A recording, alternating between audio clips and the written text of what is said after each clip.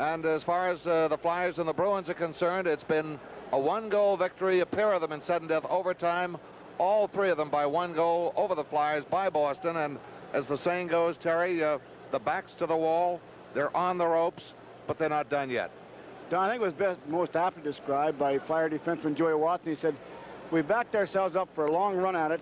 He said, now let's start our long run, he said. And coming in on a bus from the hotel to the rink tonight, it was an atmosphere of sort of just quiet contemplation, maybe a lot of soul-searching going on among some of our fellows, and I think tonight they're ready for them. Pretty sure had a nice talk with our club before we come on the ice, Gene, and he's got them. They know what they have to do tonight. A couple of personnel changes. Gary Dornhofer's knee injured in the last game at home against New York. Was re-injured today, and he's been struggling through the latter portions of the playoffs. He is out, and the Flyers could dress the acquisition from Detroit, Mike Corney. He'll be wearing number 29, or it could be number 34, Alan Hill. And to add to the Flyers' tough go, the first time they've ever been down 3 games to none in a series, with a 4th game on foreign ice, the Bruins will get back Rick Middleton, who got the key overtime goal in Game 1, bruised hip in Game 2, but he'll be back in the lineup tonight. And Coach Freddie Shiro, as I mentioned earlier, Don, in our pregame talk, mentioned he'd like to come out charging tonight, send 2 men in deep, back to the old Flyer style of getting on them early, getting a man in front of that net, causing a little bit of disturbance, going after the man, maybe not so much the puck. We are talking, when I say we, the members of the media, the writers that are following the Flyers around the hotel, and the word they feel, and we all express our own feelings, and I think to a man we feel that the Flyers not only have to, but will anyway come out blazing with both guns drawn, figuring that this is Game 4. They've got nothing to lose. They're going to have to go back to the slam-bang, Broad Street bully style of hockey that got them here, which seems to have changed this year with a personnel change and a system change. And we were sitting around last night, Don, just quietly talking, a bunch of the fellas in the lobby. And the one thing you don't have to worry about now is any long-range plans. Right now you play it from shift to shift. All the fellas realize it. There's nobody looking past their next shift on the ice the way Freddie sure wants it done. We just work from there. I remember Coach Al Arbor of the Islanders for 1 year there. That was his strategy. He said, hey, down 3, play it shift by shift, and it was successful for them until they got to us. You know, a continuation in that vein, Terry, to prelude or preface a comment by Peter McNabb, only twice before in NHL history has a team come back from an 0-3 deficit in the playoffs. The first, the 43 Leafs, to do it against Detroit and win the Stanley Cup. And, of course, the now famous 75 New York Islanders, who went 0-3 to Pittsburgh before going on to sweep the last 4 against a goaltender named Gary Ennis. So the comment by Peter McNabb, and I think it was tremendously honest respect for the Flyers, he said Monday, there are only 2 clubs in this league that could win 4 games in a row from us. And he said the Canadians and the Flyers. And coming from a hockey player of Peter McNabb's stature, that's quite a compliment to our club. And we mentioned numerous times, it's the toughest one to win, Don, is that last one. You've got to get it before you go anywhere. The Bruins knew they got a stranglehold on us right now. They're going to do their best tonight to come out early, but hopefully tonight we can get by Cheevers, who has been a big stumbling block in this series for us. The way he has challenged us, he's constantly come out, he's kept his Bruin team alive. If you've noticed a lot of the infighting, Cheevers has been involved in most of it. Well, we mentioned at the top of Game 1 that during regular season play, Jerry Cheevers was head and shoulders above all other goaltenders in the NHL in penalty minutes with 46, I believe, and I don't think another goaltender was close. He's that type of a goaltender. He'll mix, he'll challenge, not only mentally but physically as well, and he's a great one with that machete when someone skates a bit too close to his crease. But he's no question a healthy Jerry Cheevers versus an injured Jerry Cheevers a year ago against the Flyers makes a world of difference, and Mike Milbury has improved 1,000% defensively for the Bruins, and according to general manager or assistant general manager Tom Johnson, he is got to be the big difference in the Bruins this year versus a year ago. And surprisingly, Don, the 4 Bruin defensemen that they're going with have held up very well to all the ice time that they've had. And one thing tonight I would like to say is that hopefully we'll get that first goal. The one thing our fellows are concerned about has been the difference in the penalty minutes given throughout this series. You don't cry poor mouth, you don't look for excuse, but we would like maybe to see them a little more even up. I think we had maybe 2-minute advantage in the last 6 periods of hockey, and that doesn't give you a whole lot. So what we have to do is stay away from their power play and hope that maybe tonight with Mr. Bruce Hood refereeing that we get a few more breaks on our side of the ledger. You know, I'd like to carry on with the defenseman after Game 1. We talked with Don Cherry on our pregame show, and we challenged him about using 4 defensemen. It wouldn't that tell in a long series. He said he got away with it in the first game, but he knew he would have to go to a 5th defenseman, Doug Hallward, if he hoped to survive. He has not, and the foursome of Smith, Park, Milbury, and Doak have held up better physically, it appears, than the major 5 that the Flyers have gone along with, including Rick LaPointe. And, Gene, I think it all stems back to that one word, momentum. He has his 4 defensemen that are going well right now. They have everything going for them. They're playing well. Plus, you have to remember that their forwards are also coming back, both ends of the rink, playing a good, strong hockey game for them. That helps. And we mentioned, I believe in our last telecast here, that if you'll notice their defensemen, Don, they don't hang on to that puck so you can get a piece of them. And you're coming in on them, they're getting rid of it. Up to the wingers, ice it, whatever they have to do. But it's tough to make them tired and lean on them and keep hitting them when they're getting rid of that puck in a hurry. Well, maybe the name of the game is to play their game and hope to reverse the trend. You mentioned a couple of times during the Toronto series, and I think maybe even against Boston in Game 1, momentum. Fred Shero doesn't like the word. He doesn't think it exists.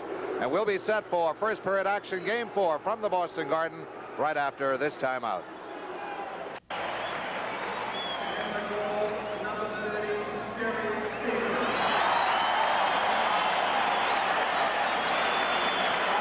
In keeping with FCC regulations, we'd like to advise you that Don Earl and I have been selected and paid by this station and the Philadelphia Flyers. Our referee, Bruce Hood, along with veteran Neil Armstrong, the linesman, and Ron Finn. Cheevers will be in the nets for the Bruins. He has 7-1 record, 3.04 goals against, no shutouts. Stevenson to the right is 4-2 with a 2.67 goals against and 1 shutout. We have the U.S. Marine Corps color guard of the Massachusetts District here.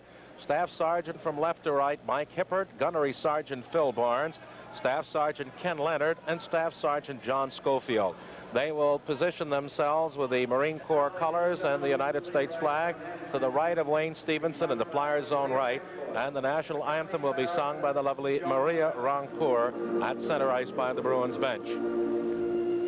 Oh, say can you see by the dawn's early light what so proudly we hailed as the twilight's last gleaming, whose broad stripes and bright stars through the perilous fight o'er the ramparts we watched were so gallantly streaming on the rocky shores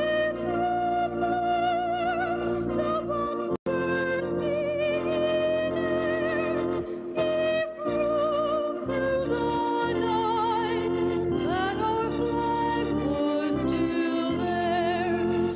Oh, say does that star-spangled banner yet wave o'er the land of the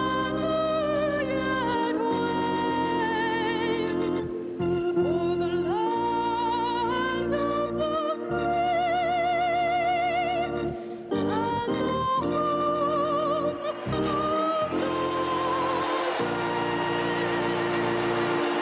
the To clarify Terry Chris' remark, the penalties are even 11 apiece on minors and 1 major, but in the last 120 minutes of play, the Flyers have only had 1 power play advantage. They're 1 for 1 on that, and when that aspect of your game is taken away, it also creates a gap. The McNabb line will be out against the Clark line. Key game for Philadelphia. First period action. Let's go Flyers, and let's go Don Earl. Thank you, Gene Hart. Flyers defending the goal to our right here in the first and third periods. The Bruins to our left. Bruce Hood, the referee. Neil Armstrong and Ron Finn are tonight's linesmen. Clark between Kelly and Leach with Jim Watson and Bob Daly. Flyers trying to keep their Stanley Cup playoff hopes alive as they vie in Game 4. Flyers control the faceoff. Jim Watson across to Daly. Trying to move out against the forechecking McNabb and Wensing to Jim Watson. Shovels it down the left wing boards, but we have an offside called immediately against the Flyers. Rather than gambling with going the inexperience of a Mike Corney or Al Hill, and despite his injury, which puts him at a disadvantage, the Flyers have dressed Mel Bridgman. Terry, I look for the Bruins to really coming out flying to see if they can't get on the board early a couple of times and really stick it to Philadelphia. On the faceoff, Clark gets a stick on it, fires at long range, stopped by Cheevers, leaves it for Mike Milbury. Milbury off his right wing board. Terry O'Reilly deflects it ahead. He's offside. It's now been shot by Clark. Clark's going to get a penalty for hooking. Well, I think Bobby was left with no alternative, as the Bruins would have had a 2-on-1 without Clark's efforts. So the Bruins on the playoffs were 6 for 29 in the power play, just 1 for 5, and 1 for 6 against Philadelphia. Come up with a Clark hook at 25 seconds in the power play coming up. Bobby Clark was talking to linesman Neil Armstrong, and I'm sure that Bobby thinks that that was a two-line pass, which was awful close to being it also. I think Peter McNabb was 2 lines over, and as you mentioned, Clark was chasing him. He broke in, but I'm almost positive that puck come from behind in their blue line over 2 lines, and McNabb picked that puck up offside. Well, I called the offside as the play was going on, Terry, so that's what surprised me. Okay, on the face-off, Flyers short-handed. Kindrachuk lifts it out of the Flyer zone, the length of the ice. And the dialogue was continuing as play started up between Bobby Clark and linesman Ron Finn. Okay, it's Shepard going to his left wing, picked up by Cashman. Goes right wing to Bobby Smuts. Lifts it to the Flyers backboard. Bob Daly on it. Taps it away from Rattel up to Kindrachuk near side. Kept in by Shepard. Shepard to the Flyers backboard. Picked up by Jim Watson. Gets it up on the left wing to Selesky. He can't clear it out. Cashman back to Park. Now picked up by Jim Watson. He can't lift it out. Selesky checking Rattel.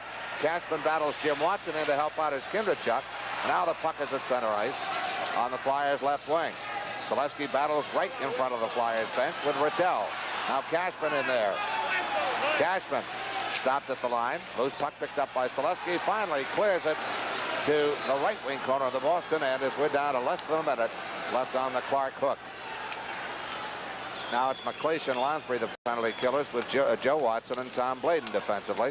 As Brad Park takes a feed from Shepard up to center ice for Rattel. Gets it across the Flyers line on the left wing for Cashman. Goes back to Rattel, but it inadvertently is deflected in on Stevenson. He ties it up for a face-off on the circle to his right. Don Cherry said he advised Brad Park no end-to-end rushes, but he's done more of it, particularly beginning with the game on Sunday, or last Thursday. Captain Bobby Clark looking on, still has 38 seconds remaining in his tripping penalty to McNabb, and Boston still has a power play for that length of time. Rattel against McLeish, comes back to Shepard, top of the far circle to Park at the line. Deflects it in front, but it's tied up in someone's equipment. Finally drops out of Joe Watson's as he had Bobby Smuts tied up in the slot to the right of Wayne Stevenson. Steps played superbly since coming in for Bernie Perron after the first 2 games at Toronto. And again, the Bruins doing what they do so well, jamming front. That puck got sandwiched between Joey Watson and Bobby Schmutz, as you mentioned, Don, and very wisely by Joey took the face-off.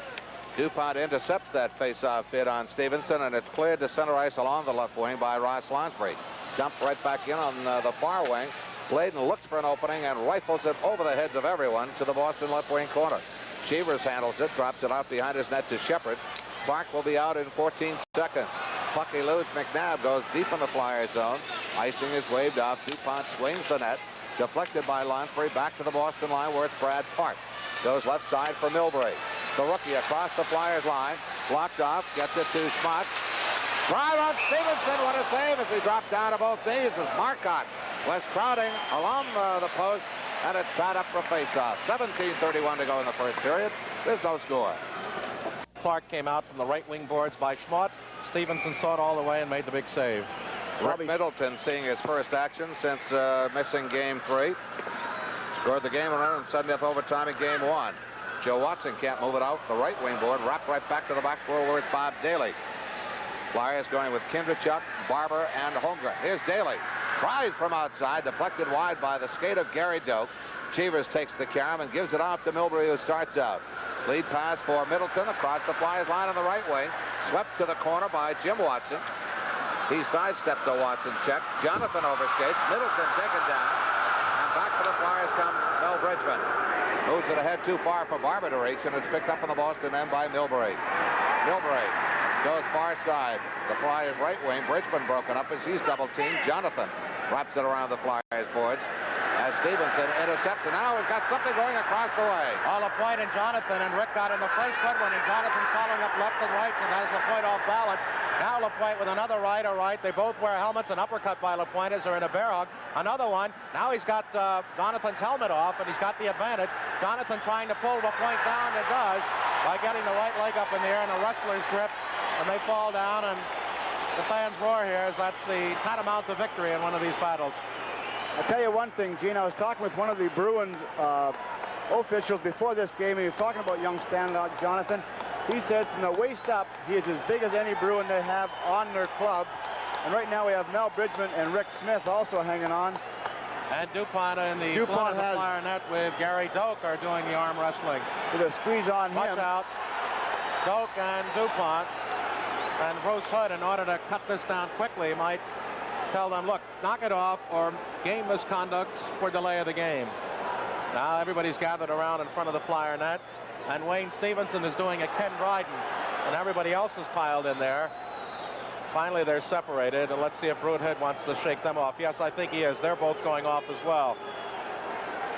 So we've got our first bit of fireworks at 3:19. Jonathan LaPointe, Doak, and DuPont, and we'll give you the penalties after. We'll remind you, 16:41 remaining in a scoreless first period. Forrestal. Back here at the Boston Garden, we've got majors, I'm sure, to LaPointe and Stan Jonathan for fighting, and then probably roughing minors to DuPont and Doak. As I was mentioning earlier, Gene, young Stan Jonathan is a tough customer in his own right. In the LA series, I was informed that he went toe-to-toe with Davey Schultz, and they just stood back and let them go, and it was just a standoff because they both got tired of swinging, and finally just a mutual agreement went to the penalty box. So he is no easy cookie for Rick LaPointe to tangle with. All right, here what the penalties were. Jonathan and LaPointe each 5 for fighting, and oddly enough, DuPont 2 for holding, and Doak 2 minutes for roughing. Doak threw a punch, and I think that's why he got the roughing, and Moose did not throw a punch, so he got it just for holding. I noticed Rick LaPointe heading to the dressing room, so possibly that'll be for some equipment being repaired to him, as he should be back in time to be out when his 5 minutes are up. So we have fireworks and early going, Don, with 16:41 remaining in the first period. We've got the makings of a royal battle. Strangely enough, it's been Boston fans who have been the ones to ask the question, why are the Flyers so tame in this series? Well, maybe they're getting their wish. All right, Jonathan now 20 minutes on the playoffs. LaPointe 7, DuPont 33, and Gary Doak on the playoffs 22. Now we got the ever-present balloon, which normally doesn't crop up until between the periods, that made its way on the ice at the Boston end to our left. And it's Ron Finn who retrieves it. Face off top of the near circle to our right, controlled by Bob Daly. He's behind his own net. To Jim Watson, near side, goes far side for Lonsbury, back to Daly, through center ice, sends McLeish across. Daly gets his stick on it, goes to the left wing corner of the Boston zone, tries to come back to McLeish. Lonsbury, a good check along the near side on O'Reilly, but it's O'Reilly who controls. Goes behind the Boston net. Starts out on the left wing. He's tied up by McLeish. And it's dumped to center ice by Milbury, but on the stick of Daly up to McLeish. McLeish to Lonsbury across the line. Draw glove save as Cheevers couldn't grab it, but it was deflected off the glove to the Boston left wing board. Shepard control for a moment, now picked up by Terry O'Reilly. He comes up high with a stiff arm in Bob Daly's face, and I think Mr. Daly took note of that number. Now it's Milbury trying to dump it behind the net. He and Milbury go in after it. Jim Watson has O'Reilly tied up, but it's Milbury with the puck. He's taken to the backboards by Daly as Lonsbury takes the loose puck at the post from Wayne Stevenson. Now it's Lonsbury trying to move out. He's broken up by Shepard. Here comes O'Reilly. For O'Reilly, dumped hard by a forearm thrown by Bob Daly. O'Reilly down on the left, in the right wing corner of the Flyer zone. Puck kicked loose. Shepard has it. Gets it back to Park at the right point. Can't keep it in the zone. Goes far side on the left point to Mike Milbury. Milbury taken to the far boards, and he's got a hammerlock on Jim Watson. As they battle for the puck, it's Leach back passing to Daly. Daly challenged by Rattel, feeds across near side to McLeish, sends Leach away. Leach the big bomb, but it's blocked by Mike Milbury. And sliding out to glove it is Jerry Cheevers. Moves it ahead to Rattel. And now to Bobby Schmatz across the Flyers line to drive into the midsection of Wayne Stevenson. Schmatz overskated a loose puck. Clark challenged by Rattel. To Schmatz in the left wing corner. Back to Milbury. To the right point to Park. His drive wide short side as Stevenson got a piece of it. Rattel goes back to Park again. Rolls it in front. Loose puck. Goes for the goal mouth as Joe Watson battles for position with Schmatz. And now it's Marcotte to Schmatz. Deflected over the net. Marcotte in the right wing corner. Gets it back to Park. Park shot off the mark, and it's Bladen getting it ahead to DuPont as both teams are back at full strength. Intercepted by Rattel to Schmatz. Glove save on the short side. This time Stevenson holds on to force the faceoff. 10th anniversary edition of the yearbook available at the Spectrum for $2 or through the mail for $2.50 to Champion Publications, Box 2429, Philadelphia. The zip 19147. Through the mail, it's $2.50. And Terry, that whole series began when Clark had clear possession in front of the net and delayed his action coming out. Clark was looking for somebody breaking out to give it to, and Bobby Schmatz doing a good forechecking job. He may be one of the more diminutive Boston Bruins, but he is one of the most dangerous you have out there, Don. You've seen him play for a few years, and if we had to take a player, say maybe compare him to Reggie Leach for as far as shooting goes for the Boston Bruins, your number one pick for the Bruins would have to be Bobby Schmatz, because he can really wind that puck off that right wing in the top of the circle. He leads all goal scorers in this playoff year with 9. Off the face-off to the left of Stevenson.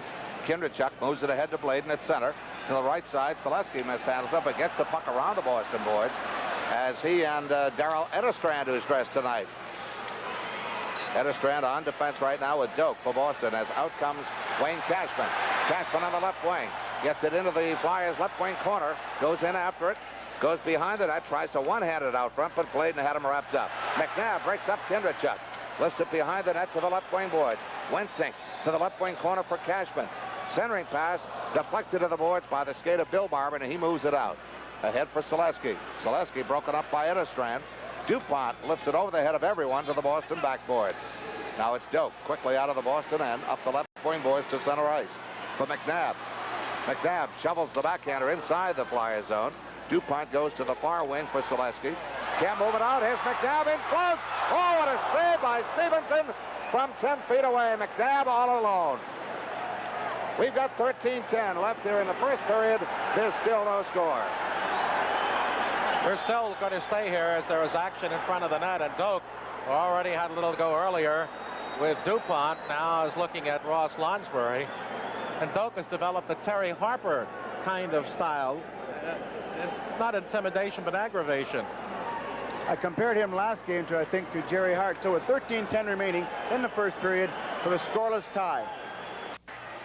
We join action at the Garden with no score early in the first period. 7 minutes into the period. As out of the zone comes Gary Doak. Goes to the left wing for Wayne Cashman at center. He's inside the Flyers zone. Taken to the boards hard by Daly. Cashman wants to go back at him as he makes a menacing motion with his stick.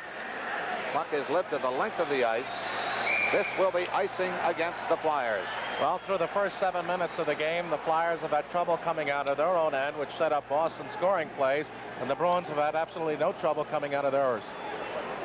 Bruins taking the play to us very well in the first part of this game right now, Gene. They're forechecking well, sending 2 men in. As you mentioned, they've had some breaks with the puck bouncing loose in our end for them. Not on exactly giveaways, but maybe some loose plays where we didn't just make too sure. But that time McNabb was caught deep in our end and was coming back out, and all of a sudden there was a puck directly on his stick, and he was all alone in front of the crease with Wayne Stevenson, but Steph come up with a great big save to keep us in this game. Schwartzbach had 28 goals this season and a career high of 38 at Vancouver. Face off to the left of Stevenson. Clark on the draw with Rattel. No one has really established possession. Kelly lifts it out, but it's intercepted by Marcotte at center. He gives it away to Leach on the far wing. Leach loops back inside of his own zone, goes left side for Joe Watson. He lifts it ahead for Kelly, goes off the Boston backboard. Cheevers deflects it there for Mike Milbury. Puck gets by Watson, back to center ice. Tom Bladen covers up, gives it to Watson. He's taken down. Kelly on the loose puck at the Flyers line, challenged by Rattel. Loose puck intercepted by Boston. Brad Park has it, sends it across, but Rattel already in the zone forces the offside whistle. John Rattel, who played his hockey with Rod Gilbert in the minors at Elton, came up to New York in the early 60s and appeared to be at the end of his career. and was really the giveaway supposedly here to Boston, with the Rangers stealing Esposito. And he came on to play brilliantly last year and wound up this season with 94 points to lead the Bruins in scoring, 61 assists, and he's just 2 points away from tying his playoff career high of 16 points set last year with the Bruins. Okay, Bridgman centering Barber and Harvey Bennett right at the red line. Flyers control, intercepted off of Jimmy Watson by McNabb, elicits to the Flyers backboard. DuPont quickly up to Bennett on the left wing, trying to send Bridgman away, intercepted by O'Reilly, rolls the backhander in. Wensink takes the rebound. He loses his stick as DuPont tries to move it out. He's bumped hard by O'Reilly. Wensink in there has DuPont sandwiched against the boards across the way, and we've got a face-off coming up to the right of Wayne Stevenson. Flyers are going to have to dig just a little deeper with more intensity coming out of their own end. I think possibly the Boston Bruins might listen to Freddie Sherrill's pre-game talk, as he said that he wanted to send 2 men in deep and have the third man in the slot. And so far, the Bruins have played that game to perfection in the early going of the first period here. Still no score. McNabb between O'Reilly and Wensink. Face-off to the right of Stevenson. Bridgman against McNabb. And referee Ron Finn signals Neil Armstrong that DuPont and Wensink are riding in a bit too close on that outer edge. We get another quick whistle as we have another face-off circle violation. As soon as you have that, the referee who plays on the opposite side of the rink will go back in the corner where the face-off is held to get a better look. Bridgman against McNabb. Puck controlled by Milbury. Goes deep in the corner.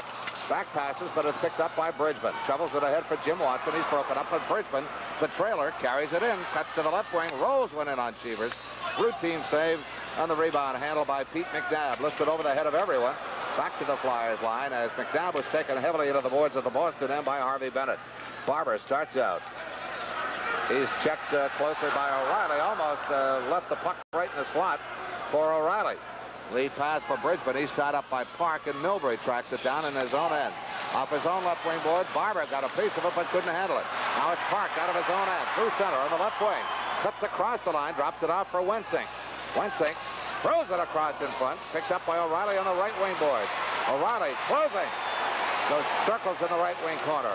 Intercepted by Bridgman for Barber, and Barber will move it out. Can't do it. Wensink gets a drive on Stevenson. He makes the save, and Jim Watson quickly ahead, gets by everyone. This will be icing against the Flyers. Flyers have got to get something going at the other end, because you just can't play no-shoot hockey and intend to win a fourth game. Boston very hungry in our end zone, Gene. I've mentioned numerous times in our telecast and on the radio that 2 deep front where you don't want to get caught short is 5 feet inside your blue line or 5 feet outside the other team's blue line. That puck has got to get out, and right now that's where Boston's doing the most damage. They're keeping that puck in when we think we've got it out of our own end zone. They come up with it and keep it in deep. Okay, it's Shepard, Cashman, and Middleton for Boston. McLeish, Lonsbury, and Holmgren up front for the Flyers. Lonsbury deep along the near side. Lifts it ahead for McLeish. Doak keeps it in. McLeish reaches back for it. Tries to go back to Joe Watson, but Shepard jams it to the corner. Lonsbury taken to the corner by Middleton as they both try to free the puck. Down goes Lonsbury. Cashman tripped up. He's broken up, but it's Middleton with the puck. Tries to throw it out front. Blocked off at the post by Stevenson. Middleton still trying to move it out. He's taken to the far corner by Clayton. And we've got a delayed penalty coming up, and I believe it's going to be against the Flyers. And I believe it's going to be Bladen for holding, and we've got 10:04 left in the first period. A Boston power play as we pause for this. Forechecking strength by Middleton forced Tommy Bladen into the Flyers' fourth penalty of the game for holding. Boston's second power play coming up at 9:56. Bladen 4 minutes on the playoff year. You summed it up in a nutshell, G, when you said good forechecking by Rick Middleton. Tommy just couldn't get a hold of him enough to pin him, and Middleton just kept that puck in play enough that Tommy had to take a penalty, hold him, so he couldn't break loose and walk in on Stevenson all alone. Face-off at center ice. Clark against Rattel. Barber gets a piece of it back to Jim Watson. He lifts it down the left wing boards the length of the ice. Cheevers will set it up for Brad Parks. Both power play opportunities have been Boston power play opportunities. The Flyers haven't had a shot at it yet. Okay, it's Marcotte hitting Rattel, the trailer, out of the Boston zone to center ice. Drops it back off to Park inside the Flyers zone. Marcotte kicks it ahead. Here comes Rattel. Shot taken away by Clark. And now it's Marcotte with a loose puck. Challenged by Jim Watson. Smots back to the right point for Park. Halfway down the right wing boards. Smots back to Park at the right point. Through a screen. Tippin attempt goes wide as Stevenson got a piece of it. Face-off will not be outside as the Flyers had hoped. It'll be in the circle to the left of Wayne Stevenson. Terry, in all due respect to the Boston forechecking that's been strong, the Flyers have had on half a dozen occasions clear-cut possession and have been unable to unload. There's a chance right there with Clarkey coming back, and what a good defensive move Bobby Clark made on number 10, Jean Rattel, right there. To get that, Rattel was all alone walking in, just getting ready for a shot. Clarkey come back and just out-muscled Rattel off that puck. Coming into tonight's game, the Bruins 3 out of 17. They're now 3 out of 18 on power plays against the Flyers in this series. Back to Shepard, the top of the slot. It's deflected wide of the backboard. And it's cleared the length of the ice, picked up by Shepard deep along the near side.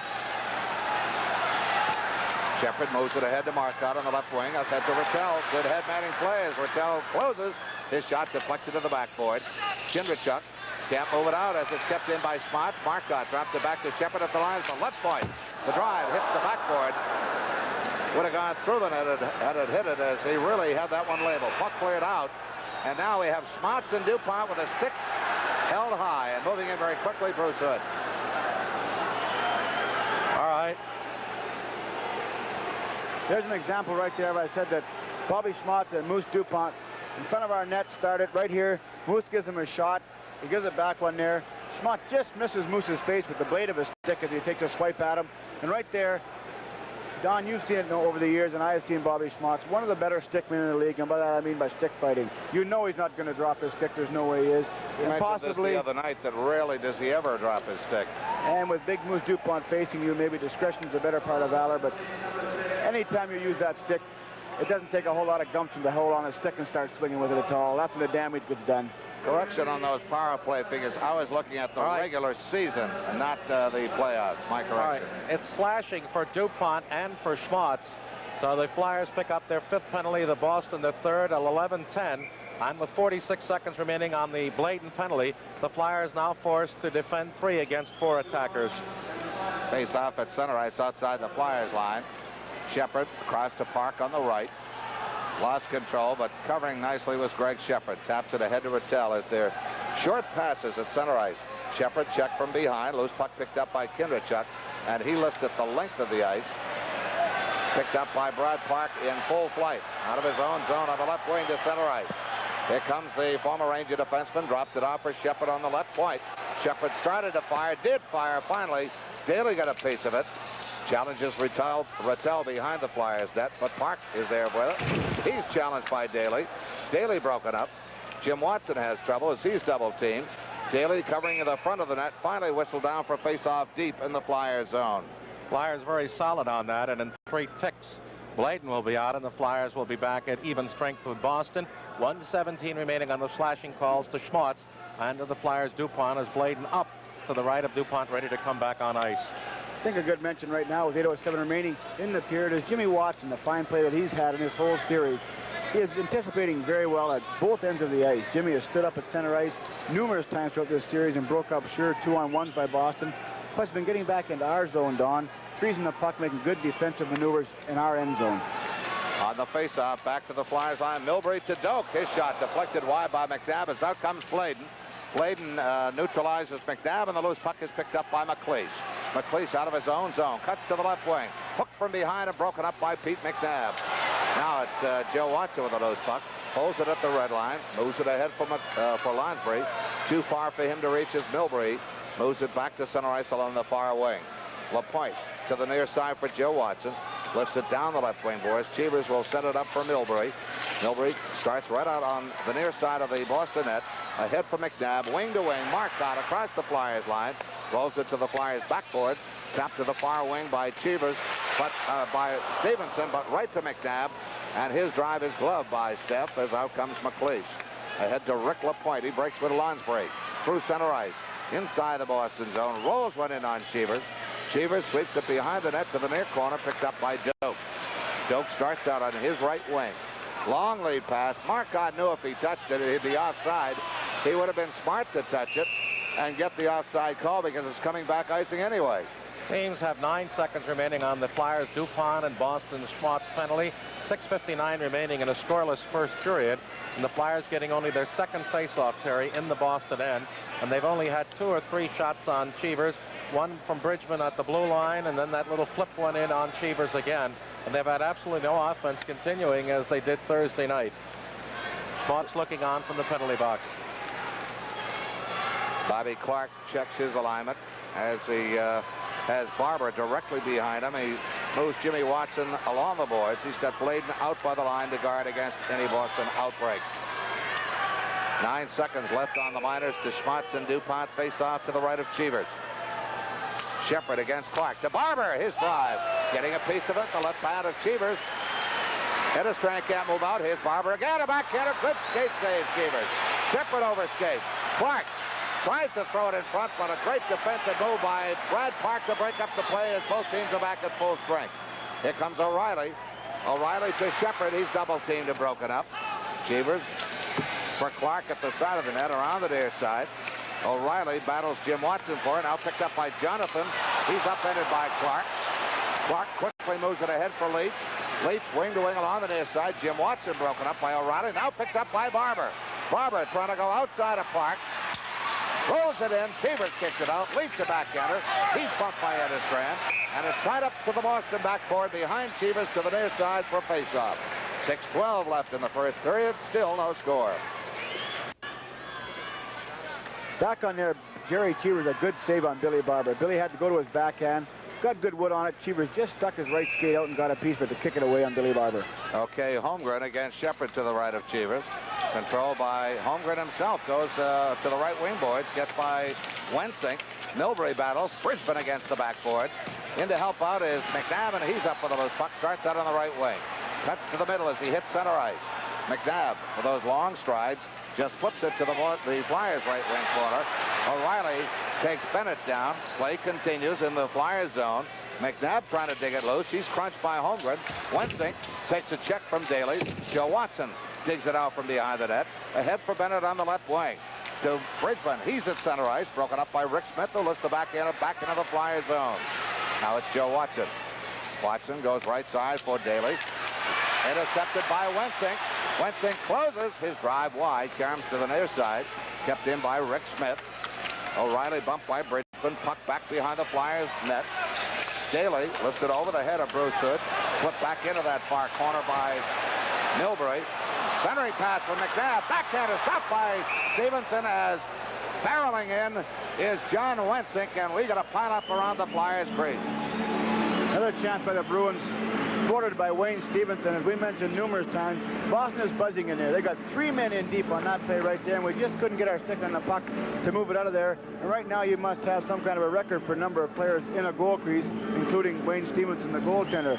All 3 Bruin players were caught in deep, but still we couldn't get that puck out. And they just keep knocking on Wayne Stevenson's door, and he just keeps standing there, knocking them aside. So hopefully Steph will stay in there with 5:08 remaining in the first period. Still no score in the game. Flyers have now gone 166 minutes and 18 seconds with 1 power play. That's almost equivalency of 3 games. 166-18 with 1 power play. The face-off to the right of Stevenson. Bladen trying to move it out, can't do it. Middleton checked from behind, and now the puck comes to center ice. Comes loose to the left wing boards where Kindrachuk trying to roll it by Middleton. One-handed inside the Boston line. Doak checked into the boards by DuPont, and DuPont lifts it around the Boston boards. Cheevers puts it to the far wing for Cashman. Bladen gets inside Cashman. Edistran lets the puck come loose, picked up by Doak. Goes behind his net. Up on the right wing for Middleton. Lifts it ahead for Shepard. He's offside. They allow it. They allow it. That's the second time in this period that there's been a 2-line pass, and Boston got away with both of them. Stevenson finally tying it up in another crease scramble at the Flyers' end. On that break, I was pointing to Terry that Cashman was alone on the left wing. Number 19 for them, Grape Sheckard, went to pass that puck across to Steph. Kindrachuk got just a piece on it, but Wayne Stevenson did not take his eye off it, even though everybody else thought the play was dead. Cashman breaks in on him, flips it up high. Steph gets it. The rebound comes and missed it right there. Cashman got a second chance to try and flip it over Steph. Couldn't get good wood on it. Steph smothered on that one. So a 2-on-1 between Cashman and Shepard on Kindrachuk. And Wayne Stevenson once again was equal to the task. Bladen, who went into the corner, got up and then tripped, and that allowed Cashman to come up uncontested on the left side. Face-off as play will resume is to the left of Stevenson. Rattel against Clark. Schmatz wants a new stick. He gets it from trainer Dan Kenny across the way. It'll be Rattel, Marcotte, and Schmatz against Clark, Barber, and Reg Leach. DuPont and Joe Watson, defensemen for the Flyers. Brad Park and Rick Smith for Boston. On the faceoff, back to Schmatz, pulls the trigger, blocked wide, and Clark moves it ahead. Barber has to cut deeper as Schmatz is on him. Circles along the near side, now goes behind his own net to DuPont, who reverses it near side for Joe Watson. Schmatz gets a piece of it as the Flyers continue to have their problems getting it out. Kept in by Park. His drive and a good skate save as Stevenson just got the tip of his skate on that drive to deflect it to the backboard. Now on the far wing, Clark kicks the puck loose.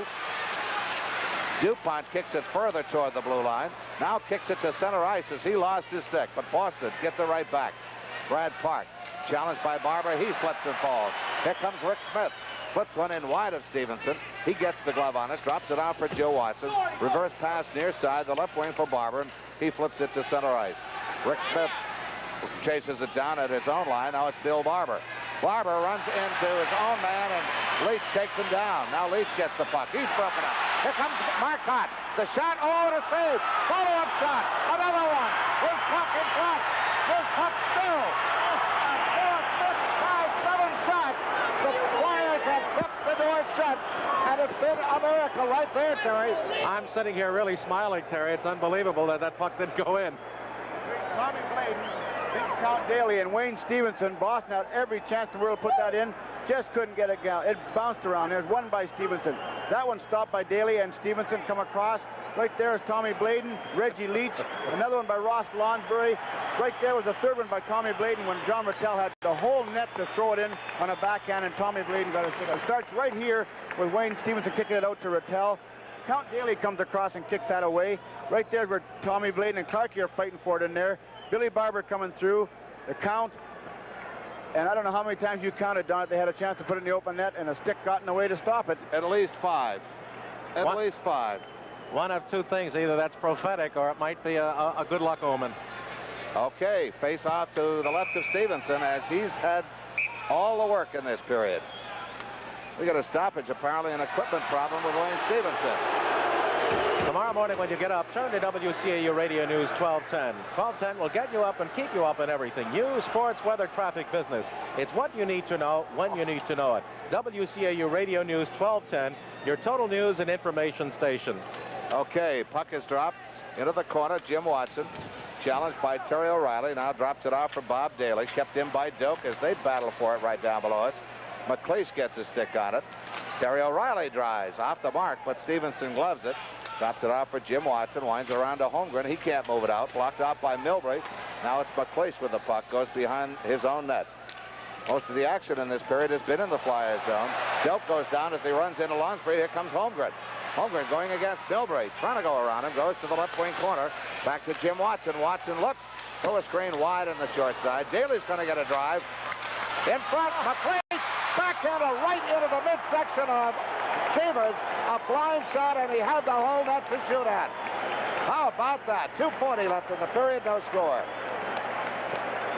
We call it good for the Gooses, good for the gander on that play, Gene. Ricky McLeish had the whole open net. Couldn't get it on his forehand. Cheevers is down and out of the net to the left-hand side of the net. Ricky got it on the backhand, whirled around blindly, had the whole net to put it into, and shot it right into the midsection of Cheevers, laying right flat on the ice. Face-off comes back to Joe Watson, gets a stick on it, but couldn't shoot it. Now it's McNabb ahead to Cashman, right wing, sending Middleton across, kick save off the right side of Stevenson. To the right wing boards, Selesky trying to move it out, kept in by Rick Smith, intercepted by Joe Watson, off his left wing boards, gets by Bridgman to center ice. Park dumps it back in again, intercepted by Blade, and he can't go anywhere. Trying to get a stick on the puck, he inadvertently clonked Park with it, and Park clonks him right back. Now it's Selesky setting up behind his own net. To the left side for Joe Watson, ahead for Bridgman as he had Park tied up. Puck rolls back into the Boston zone. Just about 2 minutes left in the period as we have an offside Flyers. Puck in, out, and back in again with Kindrachuk still in the zone. Reminds me of the old days here, Terry. Here we go again, Gene. Back when we used to have a royal battle every time into this building. This one almost reminds you of the Alamo. Both clubs, no quarter asked, none given whatsoever. And both teams taking their shots, giving their shot, and playing both ends of the ice. And both goaltenders coming up big on some key saves. Still no score in this game with 2 minutes remaining in the first period. Clark against Rattel outside the Boston line on the Flyers' right wing. Kelly battles, but Schmatz had him tied up. Puck flipped into the Flyer zone along the Boston right wing. DuPont can't move it out. Clark does, but puts it right on the stick of Milbury. To Marcotte off the far wing. Now Kelly gets a stick on it inside the Boston zone. Clears it, but not out. Kept in by DuPont. Kelly has to pick up his stick. Takes a bump from Milbury. Milbury loses a glove. Leach trying to dig it loose. That's all in the Boston right wing corner. Now goes behind the net. Picked up by Gary Doak along the Boston right wing. Ahead for Rattel. To Marcotte. Left wing. Has to reach back for it. Centering pass in the slot. Schmatz overskated it. Clark doesn't have his stick, so has to block it. Down goes Jim Watson. Lifts it, but not out. Leach controls. He's broken up. Clark gets it to center ice. Now it's Clark taking a flip ahead for Leach. Trying to cut inside. He's held by Milbury, and the puck is cleared back to center ice. DuPont hits the linesman with it. Kelly climbs the back of Milbury, trying to get along the boards, and the puck goes to the Boston backboard. Now it's up to Rattel. To center ice on the right wing to Schmatz. Schmatz inside the Flyers line. Drive stopped by Stevenson. Shoveled to the backboards for Joe Watson. 40 seconds left in the period. Kelly can't clear it out. Clark from the right point. Off the stick of Rattel wide. Marcotte tries to throw it in front. Rattel gets a stick on it. Puck behind the Flyer net. Now in the Flyers left wing, Kelly golfs at it. Can't move it out. Now Kelly tries to skate it out. He can't do it. Everywhere you see the puck, you see at least one Bruin. Now it's Brad Park at center ice. 12 seconds left in the period. Cashman to Schmatz at the Flyers line. Rolls it to the Flyers backboard. Joe Watson on it. To Lonfrey on the left wing. Across to Daly. Daly can't get by Shepard. Kept in by Cashman, but time runs out here in the first period with the score. The Flyers nothing and Boston nothing. Boston Garden, Gene Hart with guest analyst Terry Crisp and Don Earl. The score at the end of the first period of the Little Bighorn, it's the Indians nothing and Custer nothing, but the Indians threw many arrow at our side. The shots, Bruins 18, the Flyers 6, and the Flyers awfully sluggish in their own end without the intensity coming out, and the Bruins are just swarming and just keeping the Flyers bottled up. And thanks to Wayne Stevenson in one lucky area when the Bruins couldn't find the open net, this game remained scoreless with the 8 penalties called, 5 of them to Philadelphia.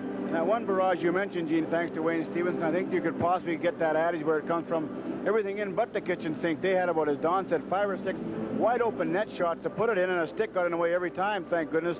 Touch wood 3 times for that one. Gene, you mentioned the one thing that I think is our most important key to that period, the shots 18-6. It was mainly because we had a few mental lapses just inside our blue line. Gene, we're not clearing the puck the way we should. That's when you have to bear down. 5 to 8 feet inside your blue line. If you think you've got that puck out of there, you've got to get it out. Right now, our fellows are having trouble. As you mentioned, Boston is all over them, just inside the blue line, keeping the play, keeping the pressure on them, taking those shots. So no score at the end of the first period. Penalties again, 5-3 for Philadelphia. The Bruins 18-6 on shots, and our intermission activities will continue after this. The puck in the net in one flurry that we counted on the replay. 5 separate times they had golden opportunities, and maybe 3 of those 5 with a wide open net, as Stevenson had already committed himself on the first 2 and was down and out. And then back at the other end of the rink a bit later on, later in the period, McLeish with a wide open net with Chivas already down, took a blind backhand drive and drove it right into Chivas' glove hand in the midsection, and it was tied up there, and the period was soon thereafter over. But a brand new 20-minute segment, second period action. Let's go Flyers, and let's go Gene Hart. Thank you, Dono. Rattel, Schmatz, and Marcotte out with Doak and Milbury. Flyers go Leach and Kelly surrounding Clark, along with Daly and Jimmy Watson. Cheevers right and Stevenson left. And pointed out, Terry, that the Flyers have gone 134 minutes, 44 seconds without an even strength goal. And in that span, they've just scored once, the power play goal here on Thursday. On the draw, the Flyers ice it, touched up by Doak. Face off deep in the zone left alongside Wayne Stevenson. We're thumbing through the Bruins fact book, and we will come up with it eventually here. As far as home and away, Boston has always been a fairly strong home team, but in some years, like 68, 69, they only lost 3 games the whole season at home. And it's that type of play that makes this team so tough in this rink. Clark against Rattel to Stevenson's right. Rattel loses the draw to Daly alongside Stevenson, winds it up in the left wing to Kelly. He and Doak collide. They slash at one another as the puck rolls free to Milbury in the Boston zone. Cuts to the near wing, flips up ice to Rattel, and lets it go the rest of the way into the Flyer zone, right corner behind Stevenson. Jimmy Watson around to Kelly, loses it to the point. Doak back around the right wing boards, curls behind Stevenson, played by Daly, deflected by Schmaltz up to Leach, and Leach lets it go the rest of the length of the way. And if Doak gets there first, then he does. We have another icing whistle by Neil Armstrong. And as recently, Terry, as 1973-74, Boston lost only 4 games on this ice during regular season play. That's tough. Remember a lot of years, Don, coming into this building and just hoping and wishing that maybe they could get in here, steal a point, and get out. As you mentioned, the fans have a lot to do with it here. They've been steeped in hockey. Tradition-wise, they hate to lose in this building and let their own players know that also. So as you mentioned, over the years, the Bruins have been a tough, tough club in this building. McLeish, Holmgren, Lonsbury as Dornhofer is out. Holmgren up at center ice, over skates, gets it through at the Bruin line, can't control it, rolls it alongside Cheevers as Holmgren slowed down by Rick Smith. Forechecking, McLeish takes it away from Park, centering. Holmgren is bumped off the puck by Shepard up to Cashman. Lost to Holmgren alongside the goal to McLeish. To Holmgren, his shot blocked by Shepard. Centering pass to Lonsbury, a short side save by Cheevers. It's lifted in front, cleared away by Cheevers. McLeish wants to get it back to Blayton at the point, and it's Cashman who this time ices it, and racing after it is Middleton, but cutting across in front of him is Joe Watson of icing Bruins. Cashman realizes that Flyers' pressure was beginning to mount there. Good backhander by Lonsbury, saved short side by Cheevers, and almost setting it up from McLeish back to the point when Cashman iced it.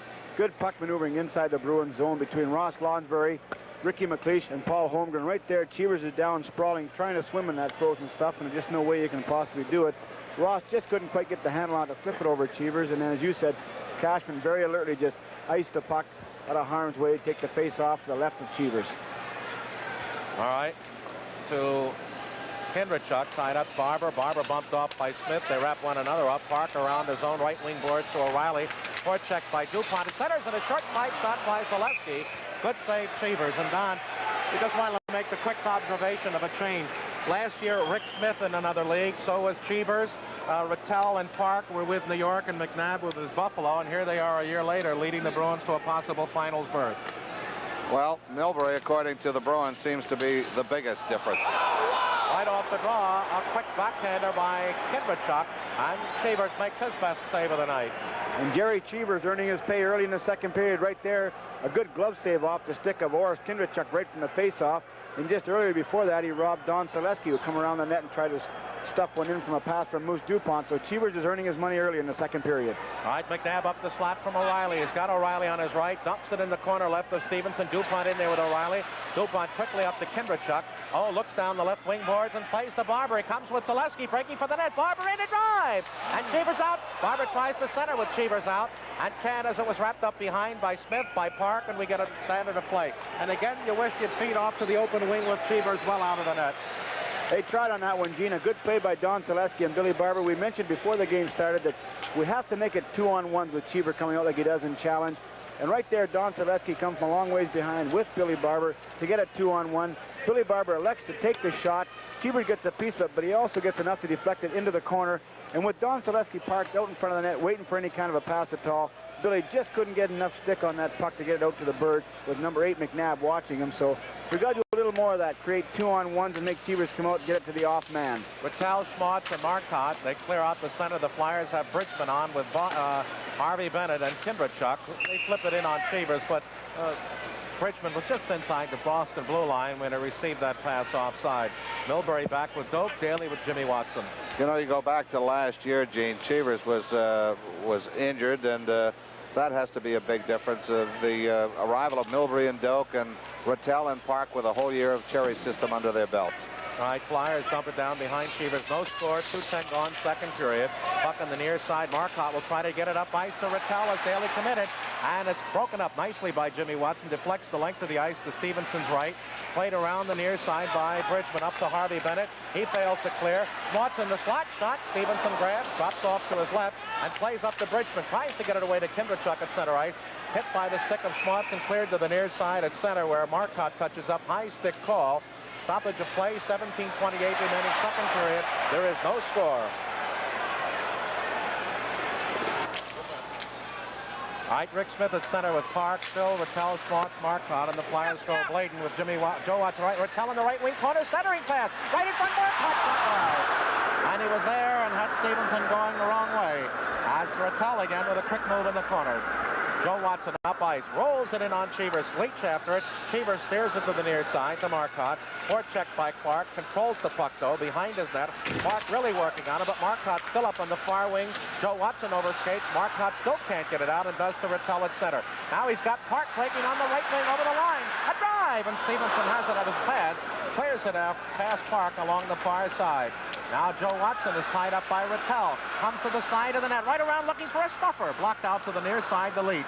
And Leach shoves it past Rick Smith deep into the Boston zone. Taken by Schmaltz in front of his own goal. Up in the far wing to Rattel. Just couldn't reach it. Played back into the Boston zone from the Flyers' blue line by LaPointe. Caught by Bobby Kelly coming out offside. Face-off will be just outside the Flyers line as action is picked up here in the middle period at both ends of the ice. And a couple of better opportunities for the Flyers, but alert Boston defense and good back checking by their forwards have thwarted the Flyers thus far. Into the zone, LaPointe out there with Dupont, and they've got Holmgren with McLeish and Lonsbury. The Bruins take it away. Shepard centering Wentzik and Terry O'Reilly up to Lonsbury. Taken by O'Reilly in the right wing corner behind the net. There's McLeish coming around the near side, winding for Dupont. Forechecked by Milbury, who keeps it in, but McLeish takes the loose puck up on his own right wing. Hawked by Shepard, rolls through looking for Lonsbury on the right side. It's cleared into center ice off the stick of Doak, where Lonsbury controls it again. Through to McLeish at the Bruin line, up the middle, surrounded by four Bruins. Bangs it off the left wing boards, down behind Cheevers. Tries to clear it past Holmgren, who deflects it to Cheevers left, where Milbury starts up onto Shepard's stick at center ice. Rolling through for Wentzik, 2-on-2 with O'Reilly. Stop pass to Shepard, but he drags it in late for the offside. Holmgren hitting a few bodies along the way, trying to get things stirred up. Word out of the Boston camp on John Wentzik. He's got a history, believe it or not, Terry, of a biter. By that, I mean when he gets involved in a fracas, it's not uncommon for Mr. Wentzik to clamp his teeth into a bit of enemy flesh. I'm not going to touch that one with a 10. And the word is that anyone who is on the receiving end should probably go and get a rabies shot. Terry, I'm talking to you. I'm afraid to touch that one, Don. All right, Jimmy Watson through to Kindrachuk, off his skate, still at the Flyer line. Circles away from Park and Cashman in his own zone, far wing. Tries to get past McNabb, who breaks the play up, slaps it into the Flyer zone. Cashman racing in the corner left of Stevenson. Jimmy Watson, they erase one another. In there's Jonathan with Kindrachuk, and Brucewood lets them go on as McNabb laying off the pack of four players behind Stevenson, looking for the loose puck to come out. And then Cashman throws a punch to Jimmy Watson. Came up with a backhand forearm that caught Jimmy across the chin, and Jimmy, understandably, retaliated as Cashman is playing his role of the intimidator. His billing is just about due for him to break out one of those cheap shots, which he just gives Jimmy Watson right there. Whistle had gone, play broke up. And as you know, Jimmy not a cheap shot artist at all, but Cashman labeled him with an elbow coming off. And right now they're facing off against each other on this face-off. Kindrachuk against McNabb, who's out with Cashman and Jonathan. Selesky and Barber for the Flyers in front of the net. Barber takes it behind Stevenson, sets up. The Bruins, every man up, deep in the zone, and Barber tries to clear out. Kept in by Park at the right circle. In front, a shot. Oh, just tipped wide by Jonathan as Stevenson came out to disrupt that play. Now Zaleski up along the near side, chopped down again by Jonathan. Up along the near side, finally cleared the center. Barber tripped up by Cashman. Back comes Park with McNabb on his right over the line. He'll get a quick shot in on Stevenson. Lays at his feet off the rebound. He falls out in front as Daly took Jonathan out of the play. Even though Terry isn't talking to me, I'll pass on a remark after we come back from this break. 14:57 to go in the period. Still no score. A whole new row of super boxes directly up behind us in the third deck is the reason why you don't hear some of the catcalls you once heard over the years from Boston Garden. I mentioned earlier, Don, that the crowd here may be a little more sophisticated than in the past years, and you mentioned to me that they had taken out a whole swath of the gallery gods, which had caused most of the troubles over the past years. No catcalls now. They're wealthy up there. Panther comments. All right, we got a false draw. Rattel out now with Jonathan and Schmaltz. Puck loose in front. Rattel tries to get it to Schmaltz. His shot deflected behind by Joe Watson. Trying to center is Jonathan. He's knocked down behind the net as he had Clark covered the puck. And we get another stoppage as the Bruins continue to press early in the second period in a scoreless game. You know, you look at the penalty situation between these two clubs, and coming into tonight's game, the penalty average for both teams is, I believe, around 18 minutes, which has got to be exceedingly low for both of these clubs. We're into playoffs, Don, as we well know, against our series with Toronto. Penalties can hurt you tremendously, and right now we'd like to stay away from them, especially in this building. Joe Watson out with Bladen, and they have Harvey Bennett with Leach and Clark. But still Marcotte, Schmaltz. Puck cleared up past Marcotte by Joe Watson, the center. Milbury waits for his line to clear. He has to wait a long time. Finally gets it in behind Stevenson. Joe Watson there behind the net, left side. Clears it through the Boston defense at center ice. Joe Cole challenged by Clark. Rink-wide pass left side to Milbury. Down it goes into the Flyer zone. Skips past Stevenson. Schmaltz in the right wing corner, right out in front. And it was kicked away by Rattel from Marcotte, both of whom were there. Here comes Harvey Bennett away on the left wing at center ice, surrounded by Bruins. And we're going to have a check against Milbury for charging Harvey Bennett. And after 139 minutes and 55 seconds, the Flyers get a power play. And Milbury ended up on the short end. We've got 14-11 left in the middle period. There's no score.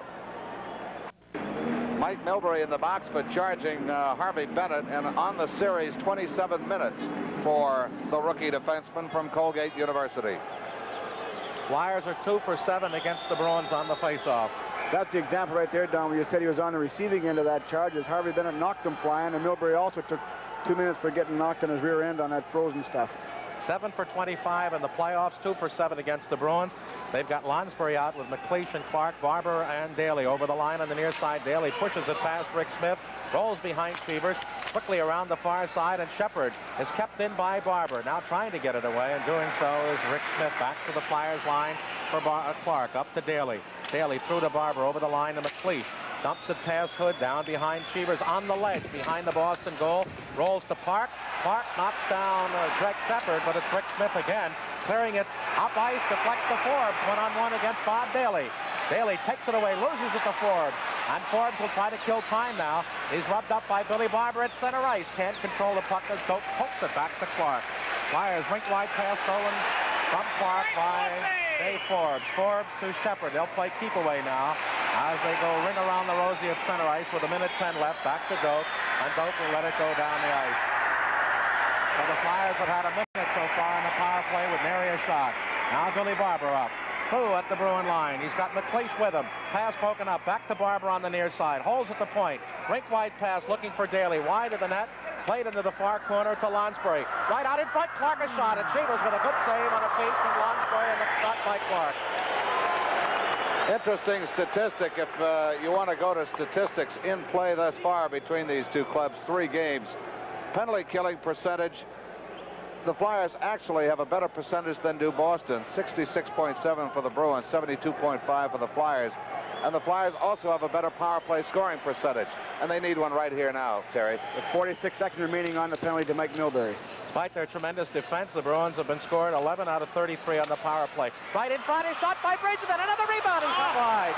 And there was a chance. It comes out in front again to Kindrachuk. Ties up Shepard, and here comes Rick Smith away to Marcotte. 2-on-2 against DuPont. Marcotte, 50-footer. And it was right on the short side corner. And Stevenson kicked it to the second deck in the far corner with 27 seconds left on the Mike Milbury penalty. I'll tell you, Terry, I grew up in this building watching hockey since 1939. I've never seen a shot go on that corner of the second deck. And right there, Jerry Cheever just robbed Mel Bridgman close in. Mel got a backhand, kicks his own rebound, and just come out on a stick, but the puck was just bouncing wide of the net when Mel had Cheevers out of the net, was behind him with the puck, but put it wide off the backboards and out again. All right, 25 left on the penalty. We've got 12:34 remaining in the second period. No score in the game. Leach now swings out to the right side of his net. Gets past Marcotte at the Philadelphia line. Right up the middle with Bridgman on his left. Flips it down behind Chevers. Sets the puck up away from Kindrachuk, and he'll ice it himself if he gets the chance. And Chevers, again, a dominating factor in control of the puck as the penalty is ended, just as the puck crosses over the goal line. Bruins keeping it in. DuPont chased by Park. Will try to lift it out. Kept in by McNabb. McNabb rolls it down into the right wing corner to O'Reilly. Taken away by Bladen, who's rubbed out on a good check. O'Reilly tries to center. Blocked off Bruins point man. There's Doak with a screen shot. Marvelous save through the mass of humanity by Stevenson. And Tommy Bladen does the Borja sounding to flip it down the ice. And chasing it is Doak as the Flyers make a change, bringing out Rick LaPointe and Jimmy Watson. Kelly out there with Selesky and Holmgren. Now Pete McNabb out with Marcotte. At center ice, Milbury to the Flyer line, up the middle, rolls it into the corner, bounces down behind Stevenson. Bob Kelly, rubbed out by Milbury. Rick LaPointe tries to shove it out. Blocked back to Bob Kelly. Kelly on the near side is elbowed by Milbury. Puck loose in front, a shot over the top of the net by McNabb as that forechecking set up a great chance by McNabb. Now the Flyers ice it as the Bruins are taking a run and digging into Philadelphia. Milbury touches up and play is called. Here we go right now with Paul Holmgren and Terry O'Reilly, who wouldn't let go of each other down in the far corner to the left of Wayne Stevenson. No punches thrown, just two big solid men holding on to each other, wrestling each other to the ice and getting up slowly, but neither one threw a punch. No damage done. Just testing their strength against each other to let them know who was the strongest. We have 11:10 remaining in the second period. We have a scoreless tie. I've got to feel that Holmgren and O'Reilly have too much respect for each other to start anything unless they feel they have the upper hand. Here's that check that Bob Kelly threw on Milbury, and that's a combination of a headlock and a flying mare in wrestling talk. Right there is O'Reilly in the corner mucking it up with some of our players, and the Hounds still just rotating a pinball out there. So good heavy hitting, good action out there in a 0-0 game. Well, the Riot Squad remains out. O'Reilly and Wencik centered by McNabb. And Kelly and Selesky centered by Holmgren with Bladen and Joe Watson. And Darrell Edestrand, seeing his first action of the series, got a shift from the first period, is back there now with Brad Park. There's Don Cherry can gamble. Face-off, taken off by Selesky. Breaks out with Holmgren, who's being hooked by Wencik, but comes to the Bruin line. Through to Holmgren, down to the right wing corner. Holmes is knocked down, and Wencik tries to come out. Taken by Selesky. Right in front, tipped to Holmgren. It goes to Kelly, a slap shot right through the crease wide. The Holmgren at the point. He fans, and it's a breakaway for Wencik. He'll go in alone. A drive. Beautiful save. Oh, over skating. Here comes O'Reilly. His shot is blocked from the slot. Marvelous action up and down. As out comes Joe Watson with Selesky. 2-on-3. Selesky over the line. Blocked shot. O'Reilly up on the far side. Couldn't handle McNabb's pass, but here comes Park. Going against McLeish, who stops it at center ice. Now McNabb waits. Through for O'Reilly. Passed him to Joe Watson. Offside as Boston. And we're almost at the halfway point of regulation, and there's no score. Hey, don't forget, if you haven't already done so, pick up your copy of the all-new 10th Anniversary Flyers edition of the yearbook. Some copies still available. The nostalgia section we've talked about, loaded with pictures of the Flyers' early years. Your price, $2 at the Spectrum. For mail order, send $2.50 to Champion Publications, Box 2429, Philadelphia 19147. Cashman and the Flyers right wing, a corner in front. Shepard goes behind a centering pass, shot wide. By out in front again it comes. There's Doak, 30-footer, blocked. Goes behind the net. Shepard off the side of the net, looking for Cashman and Middleton. And Stevenson covered to hang on and keep this game scoreless. Talking about earning your money, Stevenson is earning a whole year's salary right here tonight. Fort Wayne standing up to the pressure of Middleton, Shepard, and Cashman, buzzing around there, moving that puck around, kicking it out, flopping, doing anything you have to keep our team in the game right there. Harvey Bennett come flying through to take him out. Middleton making the action on the net, and Big Count Daly trying to move him out. So good pressure by Boston, good defense by Wayne Stevenson. LaPointe and DuPont, McLeish, Lonsbury, and Holmgren. Shepard, Cashman, and Middleton with Doak and Rick Smith. Now Lonsbury on the far side flips. Doak keeps it in. That's been the story all night. Now DuPont will try to clear it out to Lonsbury. Stopped once, stops the second time, and the Bruins keep it in. Their forechecking has been almost flawless all night and really kept the Flyers pinned in. LaPointe out to the right side. Clears right up the slot. Blocked by Rick Smith at the line. Tries to dump it in on the net. Rolls to the near side off the Flyers defense. And finally LaPointe away to Holmgren at center ice. McLeish avoids Rick Smith's check as the Bruins own the puck again. Now Shepard jammed up and rolls it to the Flyer line. It skips past LaPointe deep in the Flyer zone to the right of Stevenson. LaPointe around the far side. It skips to the point. Brad Park in with a screen shot wide to the long side. Back to the near point. Rick Smith right in front. Middleton fans. Gets another chance. Lets it go. Deflected wide. Behind the net. Cashman with Rattel. Cashman looks to center. Bounce back to Rattel behind the net. He's got Middleton out in front. There's a shot. Rattel scores! Well, you had to know, Terry, that it was going to come sooner or later. You can't put that much pressure on any team, on any goaltender, without sooner or later one of those shots finding its way in. And John Rattel on a very heady play started the play himself from the corner, passed it out. The pass was stopped almost or knocked down barely. Rattel just kept following out from the left hand of Wayne Stevenson, picked up the rebound himself and just shot it in the short side of Wayne Stevenson, the glove side. Rattel is in the corner, makes the play out. Steph stops it, gets it himself, but Rattel just follows right on through, gets the puck and just wrist shots it. Steph gets a piece of with his pad, but it just continues on up over his pad right there. And Rattel, as I mentioned, started that play himself, come up from the corner, picked up the rebound and just shot it in the short side, hit his pad up over Wayne's glove hand and gives Boston a 1-0 lead in this game. And for Rattel, his 5th series goal, and the Boston Bruins lead at 1-0. Well, Rattel is now 1 point shy of his career high in the playoffs. He has 15. As the Flyers know, they've got to come uphill again. Into the Flyer zone. Joe Watson with Bladen up to Kelly at center. To Clark at the Flyer line. Rink wide behind Leach. Over the line. He's in. Shot wide. As play was onside, and he got the bouncing puck and didn't get an accurate play in on the goaltender. Brad Clark out with Milbury. Crosses near side, stolen by Leach. Short side shot. Clark was there and couldn't reach the Blazer through the crease. Up ice to Marcotte. Comes with Rattel. Rattel over the line, right wing. Holds. Looks through for Marcotte. Deflected away to the near side. Marcotte goes back behind the net. Far corner. In there is Schmaltz with Joe Watson. Joe drops it back to Kelly. Kelly tied up by Rattel. Tries to kick it free behind the net. Right out to the side where Clark up on his left wing at center with 8.5 minutes left, second period. 1-0 Boston. Clark over the line. Throw to Leach. Skips past the stick to Bladen. Bladen tries a shot. The diving body of Marcotte breaks it up. Kelly rubbed out by Milbury. Rattel behind the net. His shot and pass out hits Kelly. Tries a stuffer. Comes out in front off Cheevers to Schmaltz. Schmaltz now off to the side of the Boston net. Goes around the boards far side. Joe Watson will try to keep it in. Pass Marcotte. Does behind the net as Milbury has a hole at Clark's stick. Zaleski right out in front. It deflects past Barber along the goal line right side.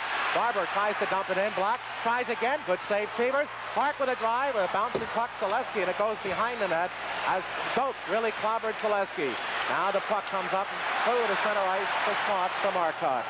At center ice, Schmaltz with it. Bounces it in on Stevenson as the Bruins make a line change. Good heat by the Flyers as Barber taps it up to Kindrachuk through to Zaleski on the near side. Broken away from him. Up. Rick Smith trips Kindrachuk, and we're going to have a Bruin penalty at 12:29. 7:31 remaining second period. 1-0 Boston. Rick Smith goes off for tripping Kindrachuk at 12:29, and on the series for the Boston defenseman. Well, he hasn't had too many penalty minutes trying to pick it up. It's only 8 on the series. But penalties now, Terry, are even, and power plays are even at 2 apiece. You could use a goal right now, Don. Nice play by Old Kindrachuk at center ice to make his move around Rick Smith. And Rick Smith, as you often will do when a man gets by you, a natural reflex to stick that stick out and try and get any piece of him. And Rick Smith did, just jammed between O's legs, tripped him up. So as you said, we get a penalty, or they get a penalty rather, we get the power play, chance to tie this game up. All right, McLeish with Barber and Leach, and they've got Clark back at the point with Daly. Now Brad Clark comes out for Doak. On with Milbury, Shepard, and Forbes. Flyers now 2 for 9 against the Bruins on the playoffs. McLeish along the right side, hooked by Shepard. Around behind Cheevers, lost to Barber. Barber out in front, deflects to Bob Daly. Goes on the forehand. Shot tipped wide by Leach, and he was there. Cleared up along the near side. Daly being worked over by Shepard. Barber tries to protect the near boards and does as Milbury comes in to help Shepard tie up Daly. Face off the Bruins zone left of Cheevers. Terry, let's be honest. I don't think I've seen a series that there's been so much holding, interference, and hooking that has not been called. That's the close-in work involved in this game, Don. As you mentioned, this whole series has been done by it. Both teams doing their share of it, but a past master at, as I said earlier, is Gary Doak and Mike Milbury, another team. Not crying poor mouth or anything, but they've got it down to an art. But right there, Big Count Daly was doing his share, but he had almost a man on each arm and one stick. The stick loose, keeping that puck in. A good defensive play to keep the puck in. Well, we had a bat at Buffalo, and somebody just threw a dead mouse out there that was cleared out by Forbes. Around the far side, Forbes lifts it past Bob Clark, deep into the Philadelphia zone. 1:35 left on the Flyers' advantage. Shepard almost takes the puck away from Daly. Does. Looks in front. He's going to get a good shot. Screener. Saved by the Flyers, and now a penalty coming up, and that wipes out the advantage. Well, that's called even it up, Terry. Greg Shepard doing some tenacious forechecking, and Big Count Daly going off forehooking. He was indicating to referee Bruce Hood that he swatted at the puck when Greg Shepard had it, and Bruce Hood just very nonchalantly just said, "You hooked him, come with me for two." So as we said, Greg Shepard caused that one by keeping the puck in, forechecking, and Bob Daly goes off with 1:26 remaining in the penalty to the Bruins.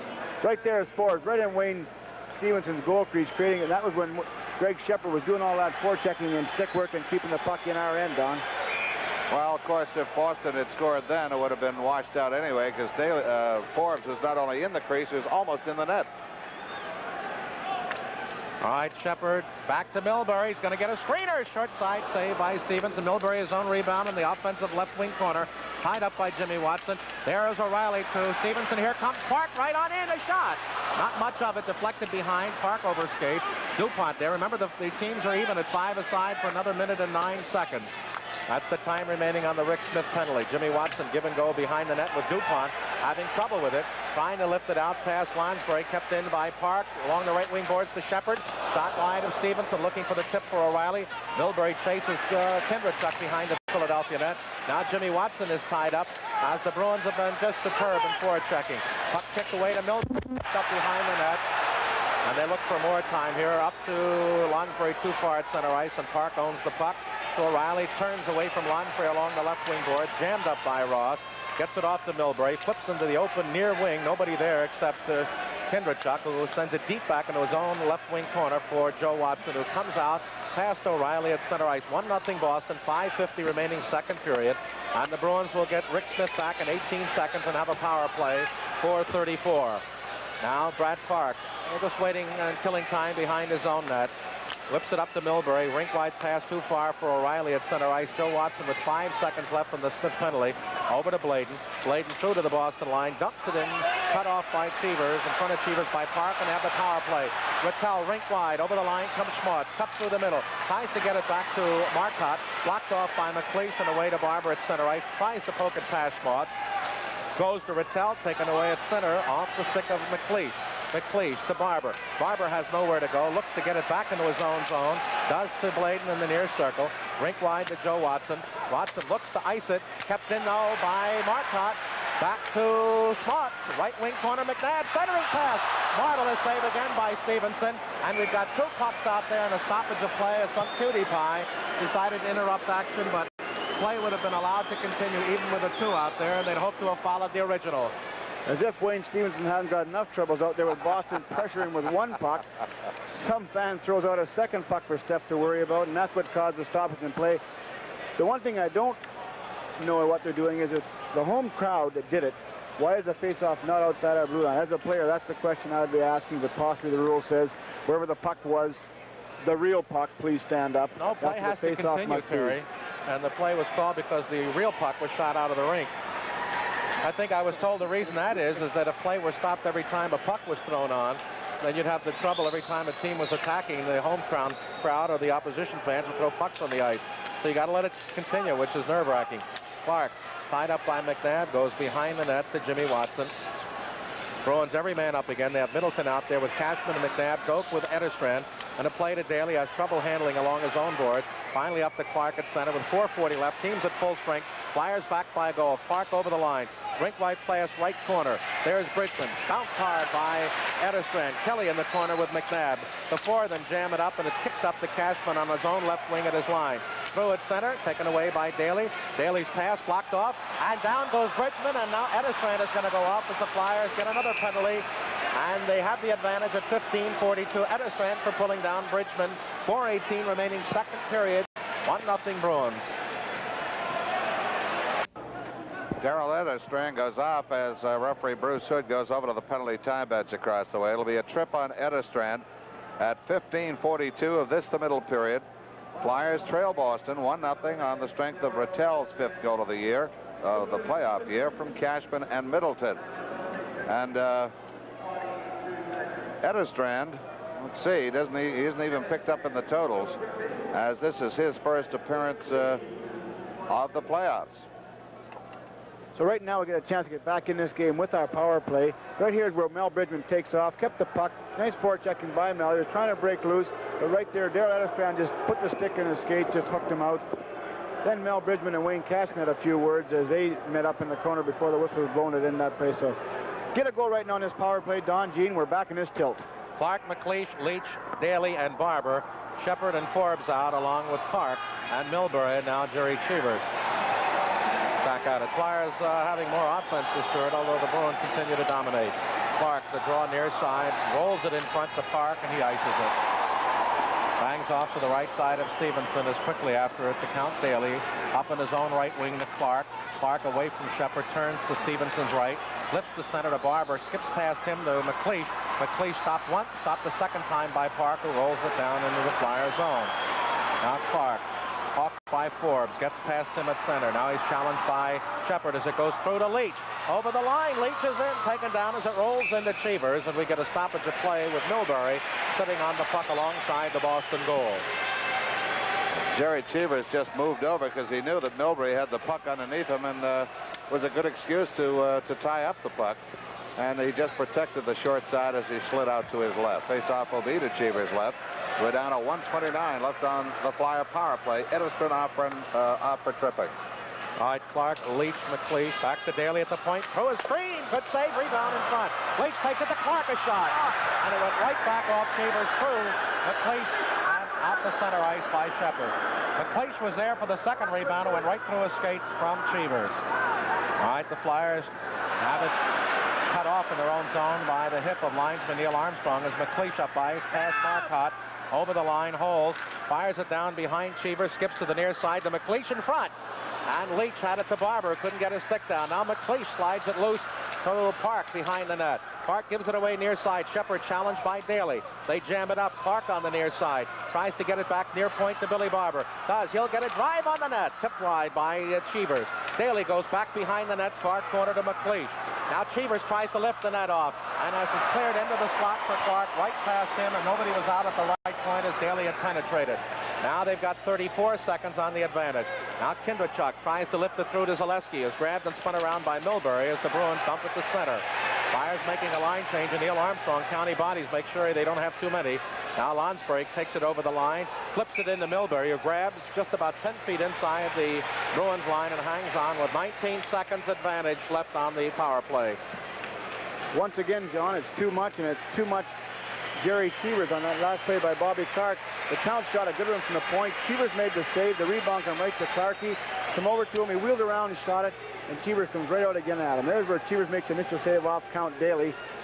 Clarkey picked up that rebound, and Cheevers come right out again once again to challenge him. You know, you got to wonder how he can be as agile. He really hasn't been tested tonight all that often. Hasn't seen that many shots. Dupont is tipped away at center ice by Marcotte. 15 seconds. Here comes Moose back over the line. To Zaleski, top of the right circle. Looks to dump it in behind the net to Dupont. Dope cuts down and knocks him away. Takes it up on the right wing and tries to clear it. Kept in on the far side by the Flyers. Batting at it, and finally controlled by Marcotte. As out of the box comes Edistran, and they play up to him at center ice, and he's onside. Offside, says Neil Armstrong. Well, this is one that they did call. Two in the first period they didn't call, and they gave Boston breaks in on Stevenson. Edistran came parallel to the red line, but did in fact pick up that puck on the Flyers side of the red line. The pass emanating in from inside the Flyers, the Bruins zone. So top left of your screen, a couple of our players, not the ones you're looking at, Al Hill and Mike Cornier. I knew when you could just see their legs. And once again, Cheevers on our power play. Our fellows had some good shots, some good chances, but Jerry Cheevers once again was there to just everything we had to throw at him, he just threw it aside. All right, now it's Holmgren with Bridgman centered by Clark against Rattel, Schmaltz, and Jonathan. To the point, Jimmy Watson threw a screen. Cheevers grabs glove high left, drops off to Rick Smith, who fires it off Jimmy Watson's stick. It rolls to the Flyer line. Joe Watson cuts across in front of Stevenson up the center to Bridgman, who can't handle it. Kicks to Rattel, back to his own line for Rick Smith. Rink-wide pass on the right side at center to Park, through to Rattel, off the stick alongside Stevenson's left. Jimmy Watson behind the net, challenged by Jonathan, up to Bridgman. Tries to clear it, blocked by the pads of Bruce Hood. Jonathan at the right point. Crosses. It'll be taken by Rick Smith off the board. Beaten to it by Holmgren. The puck on the near side. Kept at the blue line and finally slides out to center ice. Jimmy Watson after it. Pass Rick Smith over the line, surrounded by Bruins. Holes on the near side. Drops it off to Holmgren. Stolen, and here comes Park. With Schmaltz, 2-on-1. Joe Watson back. Park will take the shot. Tries to take it and is blocked off by Joe Watson, and a marvelous play by Thundermouth. As Jimmy Watson up to Holmgren, up the Boston line. 1:15 on the period. Can't get past Rattel and Jonathan. Back at center for Park. Park has it taken away by Bridgman. Tries to flip it into the Boston zone. Double teamed in there is Schmaltz, who has a hold of Bridgman's leg. In comes Rattel to make it an even foursome right at the Bruin bench at the red line, far side, at center ice for a stoppage. Well, the only goaltenders thus far to have shutouts in this year's playoff competition. 3 of them by Dryden, 1 of them by Wayne Stevenson. Nice move by Joey Watson on that 2-on-1 between Brad Park and Bobby Schmaltz, who was out of your picture all alone in the slot. Joey, the only man back, went right after Park, decided he might as well take him, make him make his play from there, as Steph would take Schmaltz out of that play. Joey just dove, took the puck into the corner, and a nice defensive play. Up here near side, Billy Barber with 1 minute left in the period. Bruins on top 1-0. Cheevers off to his own right wing to O'Reilly to center ice. Shepard chasing Dupont, who has trouble handling it. Ball past Kelly and taken away by O'Reilly into the Flyer zone. Gloved down by Bob Daly, and then a little control and flip to Moose Dupont. Hand pass, stoppage of play, face-off in the Philadelphia end with 47 seconds left in the period.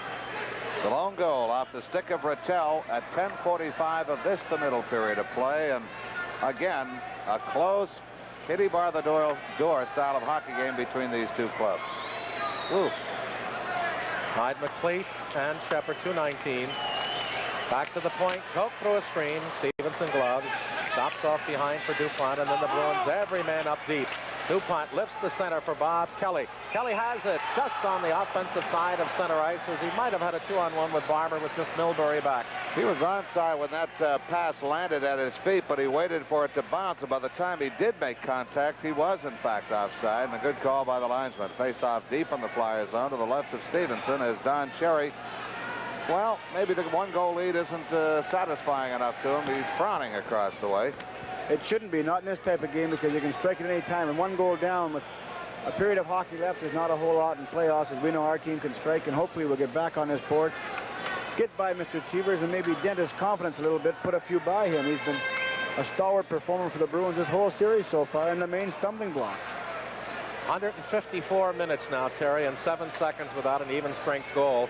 And just the power play goal the other night by Daly to break that chink. 154 minutes. Right, Rattel and Clark to the left of Stevenson, out with Cashman down, Marcotte, Clark, and Smith as the Bruins look for some last-minute jamming and perhaps a shot back at the point. Smith throws a screen, tipped wide by Rattel about waist high. Now Bladen up along his own left wing to McLeish. Comes out, but not all the way as he's checked off by Rattel. Clark follows up left side to Bladen. Over the Bruin line. Through, holes at the point. Left side pass to Leach. He's in. He goes to shoot. It's right in front. And they can't get it out. Oh, Doctor. And here come the Bruins. Marcotte with Cashman. 10 seconds left in the period. 2-on-1. Cashman in. He goes to shoot. Oh, Jimmy Watson with a great swing check. And the Flyers at the other end had a chance to tie with an open net. And that'll do it. 2 seconds, 1 second as the siren goes to end the marvelous second period. With the score, the Boston Bruins 1 and the Philadelphia Flyers no score. Back here at Boston Garden, Gene Hart along with guest analyst Terry Crisp and Don Earl. 1-0 Boston at the end of the second period as the Bruins finally broke the ice at the 10:45 mark out of a scramble. Rattel on the goal, his 5th of the playoffs from Cashman and Marcotte. There were 4 penalties in that period, 3 to the Bruins. The Flyers had 3 power opportunities, had some good chances, couldn't crack Jerry Cheevers, who held them scoreless now from even strength for 154 minutes and 44 seconds. The shots for the first time in a while, the Flyers had some offense, out shooting the Bruins 11-10. So the margin there is 28 Boston, 17 Philadelphia. And though the Flyers still had trouble getting out of their own end, they were putting more pressure on Cheevers. And Gene, I think very indicative of the play in the second period was, you mentioned the shots, 11 for the Flyers, 10 for the Bruins. Our fellas are starting to take it to them a little bit more, and I hate to reiterate myself or repeat it and sound monotonous, but our one big stumbling block is Jerry Cheevers for the Boston Bruins. He's been going with key save after key save, and right there at the dying seconds in that period, Reggie Leach come around, made a real nice move on Cheevers, went to the left, went around him, slid the puck out in the open crease after he had Cheevers out of the net, Clark and Ricky just couldn't get their handle on it. So we're starting to push, starting to take it to them. If we can get one early in the third period, you right back in there. Well, that's it. 1-0 Boston at the end of 2 periods. 28-17 Bruin in shots. The penalties are even at 6. And we'll be back with our intermission activities after this.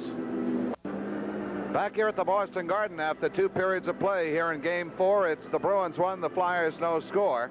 Our special guest, along with yours truly, Don Earl, is Peter Gammons in his first year covering hockey with the Sports Illustrated magazine, the weekly publication. Pete, move in if you will. Pete used to cover baseball in this city with the Boston Globe. How did they ever pry you loose and get you interested in a game as far into baseball as hockey? Well, I grew up around here. I grew up in New England. I grew up playing hockey as a kid, and actually, I think I came to Boston Garden almost as much as I went to Fenway Park until I was about 15, so it wasn't too hard. Okay, the series, Boston and the Flyers, score-wise at least, about as evenly matched as 2 hockey clubs can be. Of course, the tale all is told in who wins how many, best 4 out of 7. And right now, the Flyers are on the short end of a 3-zip situation game-wise, yet they're hanging tight. Well, the Flyers always hang tight. I think the biggest difference for the Bruins have been 2 things. One has been Cheevers, who, I think must be as good a playoff goaltender as there is in the game. And secondly, their forechecking. The Flyers are a much more dangerous team than the Bruins. They're with the McLeishes and the Leaches and guys like that.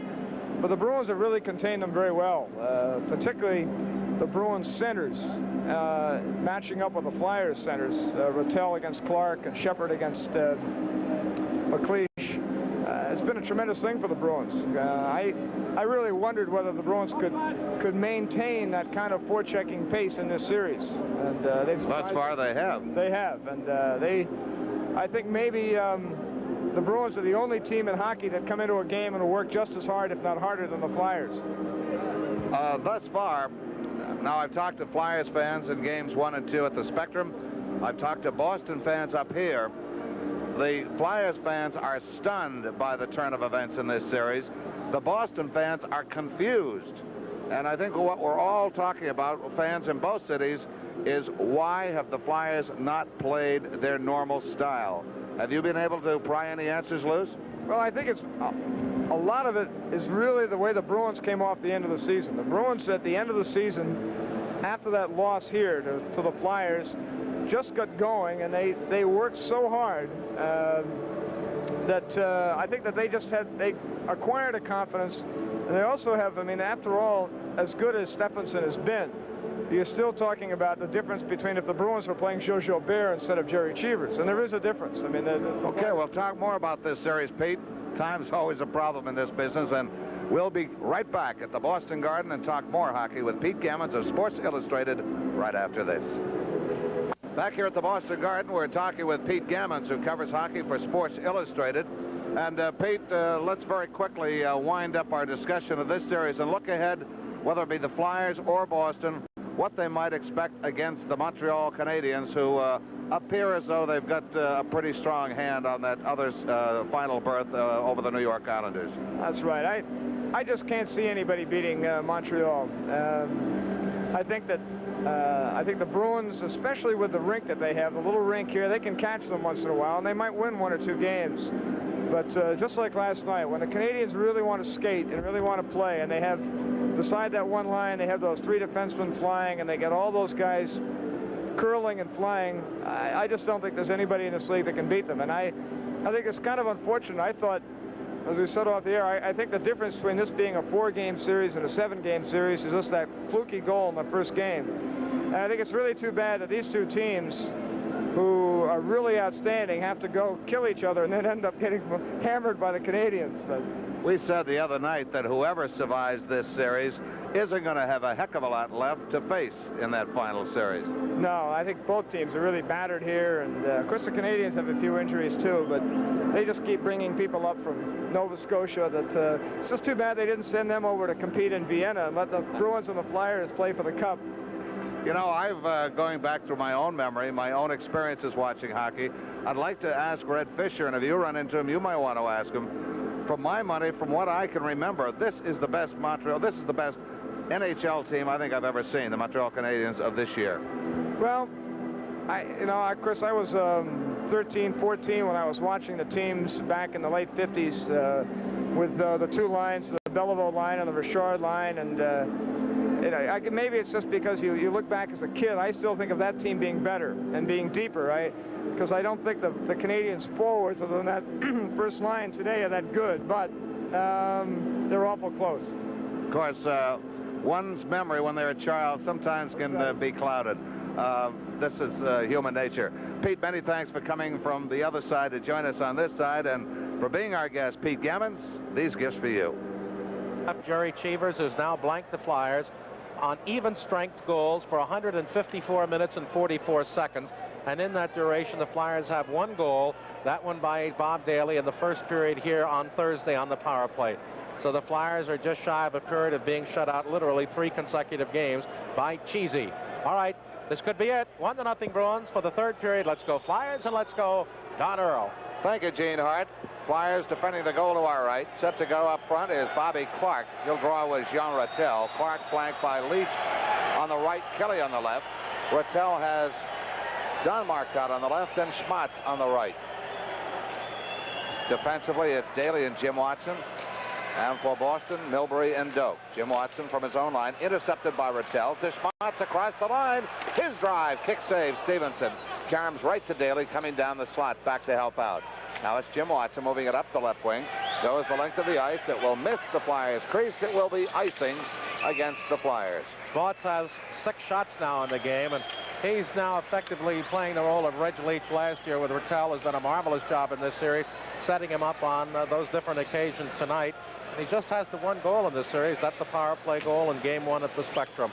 But overall 9 that still trail Lanny McDonald in the playoff leadership. Lanny McDonald had 10, and he did that all in 6 games. Rattel will face off with Clark in the circle to the left of Wayne Stevenson. Flyers need 1. Make this a brand new hockey game. The draw comes outside the line. Leach shoves it ahead for Bridgman. He gets behind Doak. Gets the shot out, but Leach a follow-up shot. Oh, and a glove saved by Cheevers as it was about to hop up over the glove and into the open Boston net. How about that? Bridgman is struggling, got inside, got the one shot. Clark followed up on the second. Good second effort by Mel Bridgman to get that shot on Cheevers. Reggie Leach following up the play, got a puck on it, hit Cheevers, bounced up over, almost going behind him into the net, but he just reaches back on his knees, scoops it out of the air with his glove, and hangs on for the face-off. And the event that Clark would have gotten a piece of it, Marcotte was moving in to help out. The draw back to Joe Watson. No place to go with it. Bridgman across to Leach. He's blocked by Rick Smith, and here comes Boston. Smith across the Flyers line. Open is Schmatz. Uses him as a decoy, and the shot is deflected high over the net. Picked up by Bladen. Up to Bridgman on the left wing. Bridgman tries to lead Leach out. Passes behind him, and Rick Smith drills it back in again behind the Flyers net. Joe Watson has it. Cautiously moves out the left wing ahead for Bridgman. Bridgman gets it by Park. Icing his way down as it goes all the way to the Boston backboard. Milbury around to Marcotte as the Flyers change in the go. Marcotte, left wing at center, drives over the outstretched glove of Stevenson and over the Flyers net. Now it's Lansbury ahead to center ice, blocked by Cashman. Here comes Shepard across the line. His shot blocked by DuPont, and McLeish is out. McLeish to Lansbury at center. Goes through heavy traffic, broken up. Middleton to Cashman. Cashman goes back to the left wing. No one there but Holmgren. He just lifts it to center ice. Milbury moves it back in again, intercepted by Lapointe. Passes behind Lansbury. Lansbury goes for it, but Shepard's there first. Intercepted by Lapointe. Lapointe gets by Shepard across the Boston line to Lansbury. Give and go for Lapointe, but his drive is on Cheevers. Makes the short side save, and it's tied up for faceoff. We've got 18:09 left in the third period. It's 1-0 Boston. Second game, 2 in the first game, and 6 on Thursday. I hope that gets less as this game goes on. We can need one right now to get back in this tilt. On the faceoff, back to Daly through a screen, blocked by Jonathan. Selesky's drive just deflected wide. Jim Watson got not too much drive on that drive, and it's McNabb lifting it back to the Flyers backboard. Carrington on Stevenson. and it rolls right into the glove hand, and he holds on for a face-off. Oddly, the Flyers seem to have warmed to the pressure of the Bruins and a little more secure in their own end than they were much earlier in the game. Moving the puck very well now, Gene. As we mentioned, a few mental lapses in the early going of this game. They were giving it away. They've tightened up since then, starting to move the puck out as a unit, starting to find each other, bring it down to the Bruins. And we mentioned in the second period, shots 11 to 10 in our favor. We're starting to press. On the face-off, Daly off his own backboard behind the net to the left wing. Barber can't move out. The forechecking of Doak keeps the puck deep. Now it's O'Reilly. O'Reilly out front. Short side save as Stevenson hung on. Loose puck comes to Selesky. Moves it to center ice with Kindrachuk. Tapped away from him. Kindrachuk picks it up. Lifts it down the left lane to the Boston backboard. Karam's in on Cheevers at the side of the net. Doak quickly around. Kept in by Daly. To Selesky. To the backboard for Kindrachuk. He's checked by Doak. In to help out is McNabb. But to even the odds, Daly correcting that Selesky that moves in, and we get a whistle for a face-off to the left of the Boston net. That's been a strong point in the series for Boston. They've allowed the Flyers very little maneuverability in the offensive corners. Gene, as you know, and I've said numerous times, Freddie Shero's theory is to keep that puck moving in the other team's end. Don't let them tie it up. Keep it going. Hope to get it loose out in the slot, get a shot on net. And you said Boston has very effectively cut that down on their end. They froze it almost at will tonight. We've got to keep the puck loose, keep it in play, get a good shot on net, and get one back to tie this game up at 1-1 as Boston leads it right now 1-0. Would like to pass on belated congratulations to the Sixers for their big win over the Celtics this afternoon to advance to the semifinals. Off the faceoff, Leach's backhander into heavy traffic is flagged down by Rattel. Up to Marcotte at center ice. He's challenged by Clark. Toss up the puck to Joe Watson inside the Flyers line. But back comes Clark after Watson had cleared out. He's broken up. Kelly to Leach on the off wing. He's inside the Boston line. On the forehand, here comes Leach. The drive comes right by Joe Watson, and he had the open near side. Clark with the puck. Goes to Leach. Leach drives, hits Kelly, and deflects to the corner and clear, but not out. Bladen keeps it in. Now it's Rick Smith. And now it's cleared by Bladen all the way back to the Flyers zone. Joe Watson beats Schmatz to it. Lines it around near side for Clark. Carams to center ice, picked up by Limefree. Limefree waits for open ice, goes right side to Bladen, back on the near side to Joe Watson, back to Bladen at center. Knocked down by the skate of Brad Park, now picked up by Rick Smith. Sending Rattel across the line. His drive played to the backboard by Stevenson. Joe Watson now to Bladen on the right wing, coming out of the Flyers zone. Lead pass to Bridgman, he's in. Oh, but he's taken down. McQuain's drive is blocked by Chambers. Now it's Bridgman in the left wing corner. Comes back up the near side, and Spots clears at the length of the ice. This will be icing against Boston, but it's waved off. Down goes Lonsbury. Shepard gets the puck. Challenged by Bladen along the near side of the corner. Behind the net, Jonathan gets away from Dupont. They still battle. Jonathan trying to get out of behind the net, but Dupont shoves it by O'Reilly. Now picked up by Shepard. Back behind the net. Takes a solid thump from Bridgman. Down goes Bridgman. And McLeish lifts the puck high back to the Boston zone. Milbury will be the first man on it. Goes behind the Boston net, now to the near side. Broken up by McLeish. McLeish out front to Lonsbury, shot wide. This puck hit on a shot by O'Reilly. Stepped in at the right point by LaPointe. Now it's Jonathan trying to move it out, can't do it. LaPointe dumps it back to the Boston backboard. Milbury trying to move it out against the tight checking of Limefree. In to help out is Barber. We get a whistle for a stoppage in play deep in the Boston zone. 15:03 to go in the third period. It's 1-0 Boston. Doing what they have to the Flyers now, aggressively forechecking the Bruins and setting up some good opportunities. That one by McLeish, never seen by Cheevers. Cheevers never moved on it, but as Don mentioned, he didn't have to. Ricky didn't have much of an angle to shoot at the net. Now Cheevers came out far enough, so he left no net to shoot at. Okay, the puck cleared by Caspin deep in the Flyers zone. Daly intercepted by Wensink. He gets a drive off, but it's off the mark, and Stevenson deflects it to the Flyers' right wing. Selesky moves it out of the zone, but it's on the stick of Rick Smith, who backs into his own zone. Back to center ice for Caspin on the left wing, and we have a hand pass assessed against Boston. So the face-off will be just outside the Boston line on the Flyers' right wing. To reiterate, I've never seen so much interference in a game where wingers off the puck and defensemen are bumped or grabbed before they can make the play, and they're letting it go both sides, so the players are getting adjusted to it.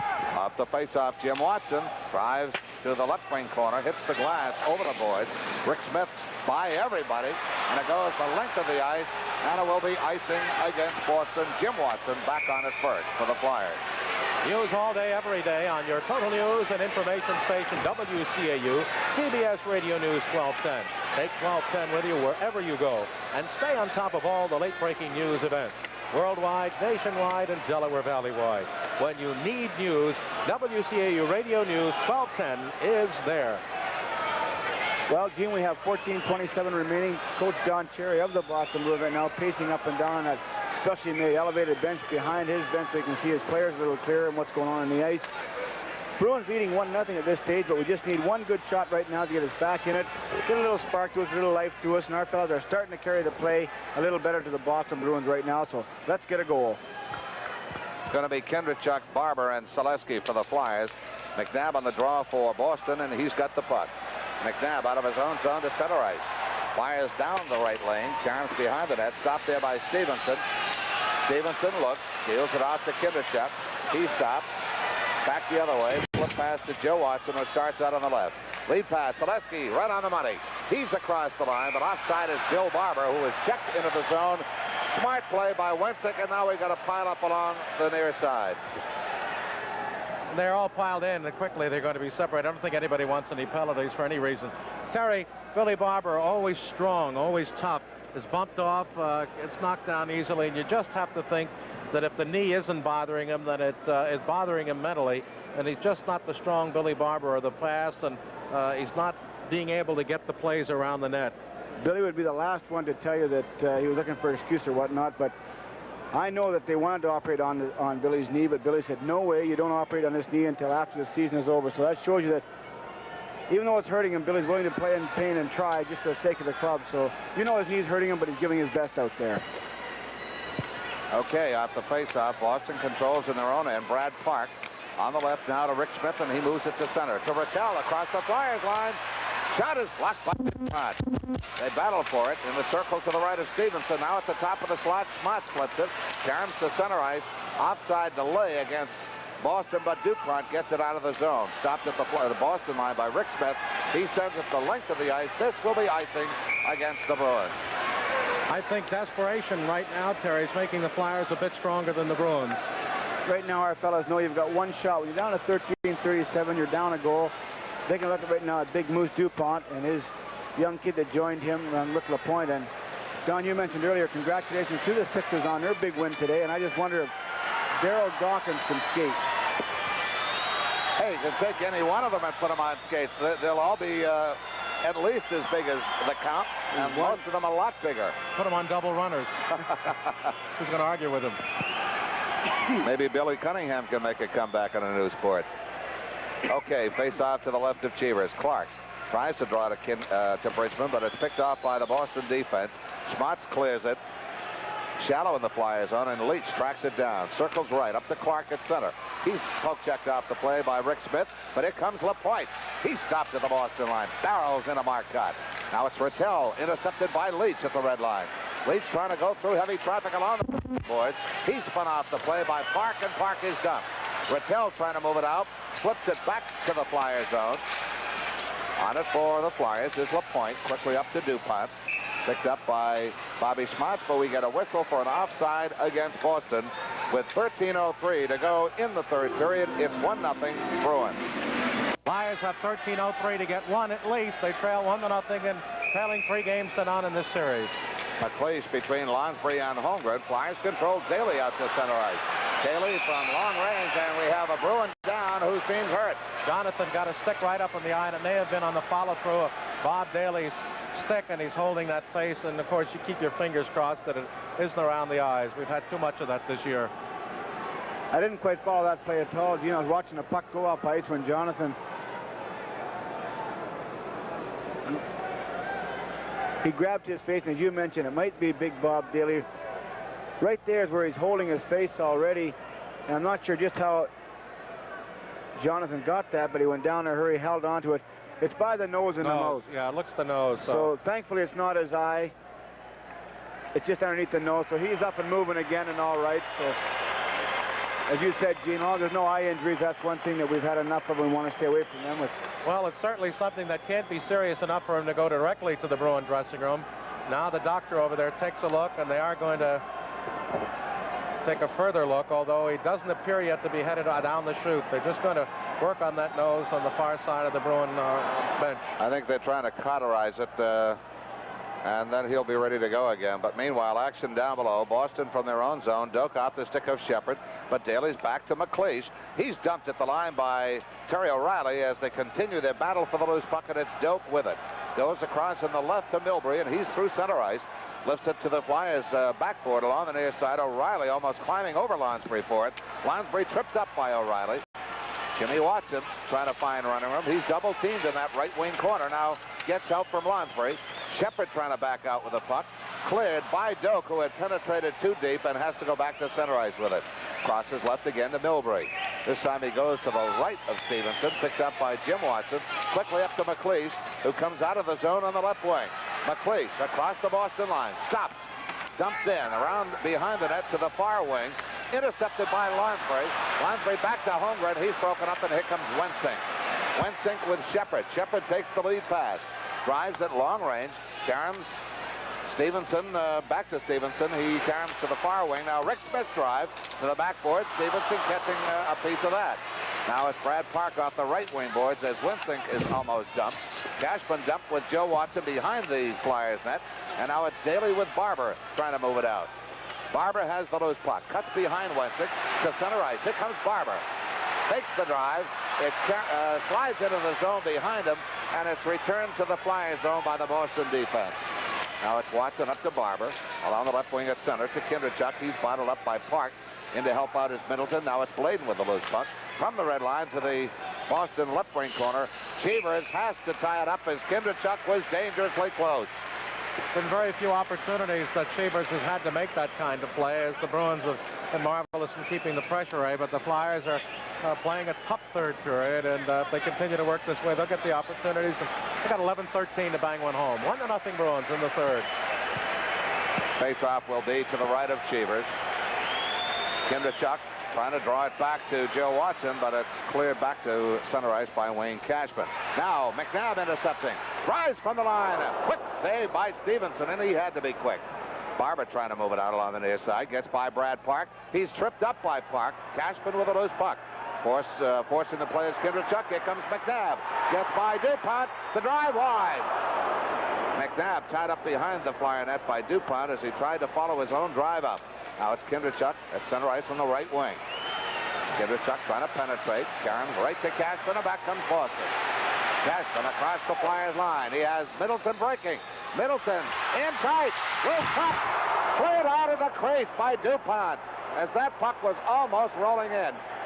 And now it's the Flyers trying to break, but the pass off the mark intended for Kindrachuk. Back comes Cashman, and offside is Middleton, who just now got from inside the Flyers net. We've got a timeout down below. 10:20 left in the third period. Flyers trail Boston 1-0. Back here at Boston Garden, 10:20 left in regulation, and Wayne Stevenson came up with another miraculous save to keep it a one-goal game. That's the play there, Gene, where I thought Cashman had stuffed that home, but Steph come up with a big save. Off the face-off, Rattel penetrates, but he's pushed to the ice, and the play is broken up by Bob Daly. Puck driven on Stevenson at long range out the stick of Milbury, but it's controlled by the Flyers. Jim Watson up to Kelly on the left wing, just deflects it the length of the ice. Milbury will catch up to it before it's icing. Quickly around the far side, kept in by now Daly. Hopped over his stick. Here comes Rattel. With spots open. Intercepted by Clark, who deflected it right into Stevenson. Now it's Doak. The right point. He's checked by Kelly, who came up high. Loose puck. Jimmy Watson up the near side. Kelly checked again by Doak. Clark checks Rattel. Loose puck in the Flyers' right wing corner. And it's finally whistled dead by referee Bruce Hood. Face off to the left of Stevenson. Sharkey doing some nice back checking on that last play. Come back, broke up a nice 2-on-1. Tried to get control of the puck, but very luckily it went right to Steph as Clarkey went to clear it in the corner. He never got full wood on it with Smots. coming right in there. Right there, Clarkie went to shoot it into the corner, but he didn't get full wood, but the puck went right to Wayne Stevenson anyways, who controlled it. Here I am giving him credit for just deflecting it to his goaltender, knowing that he had a man coming in off the right wing. Oh, well. Face off to the left of Stevenson. Rattel and Clark battle. Down goes Rattel. As referee Bruce Hood is letting all but the very flagrant go here in the third period. Joe Watson clears it to center, picked up by Bridgman. Bridgman, the trailer is Leach on the left wing, goes deep in the Boston corner for it, but Rick Smith has it. Almost intercepted by Clark. Goes behind the Boston net to the far corner. Brad Park starts out. He's broken up by Clark. In to help out Bridgman. Bridgman to Bladen, intercepted by Rattel, re-intercepted by Leach. Leach centers it to Clark, but it's cleared out of the zone by Rattel. And Joe Watson back on it across the way in the Flyers zone. Goes behind his own net, up to the Flyers line. McLeish broken up. O'Reilly deep in the right wing corner, looking for help. Joe Watson had him pinned. Pass picked up by McLeish. McLeish out of the zone on the right wing. McLeish across the line. Inside the Boston zone, here comes Holmgren. He overskates it. Loose puck. O'Reilly back for Boston. And he's across the Flyers line with Marcotte. Marcotte can't handle it. And McLeish takes it behind his own net. Waiting out front is Shepard. McLeish up on the right wing. Holmgren. Manhandled by Wensing. Now it's LaPointe out of his own zone near side. Doak wraps it right back in down the right wing boards. Stevenson sets it up for DuPont. O'Reilly crunched by LaPointe as he cut and crossed in front of the crease. Puck cleared out of the Flyers zone, back to the Boston zone. Doak crosses quickly to Milbury on the left. Loose puck at center ice at the red line. O'Reilly wraps it down the far wing, and DuPont has to go chase again. Flyers have got to come to Boston, and the Bruins know it. Lonsbury. Delay outside against Boston as Wensing had kicked that puck in. His sticks are coming up a little bit higher now. Puck cleared back to the Boston backboard. McLeish has Milbury tied up. Wensing gets on the puck. Behind his own net to Doak on the near side. He's taken to the boards by Lonsbury. Now it's Pete McNabb. Quickly up to Wensing off his skate. This will be icing unless it's waved off. It's icing against Boston. Terry, this game is matching the excitement of a great Stanley Cup game. 7:26 left in regulation. 1-0 Boston. 7:26 left as Cheevers looks on. He's held the Flyers off for almost 170 minutes of play from an even strength goal. Okay, Kindrachuk back to Daly. The drive deflected wide by Brad Park. Back to the left point. Jim Watson's drive blocked by Wayne Caspen. And Rick Middleton, who slid into it. Middleton trying to move it out as he's taken down. Puck still in the Boston end.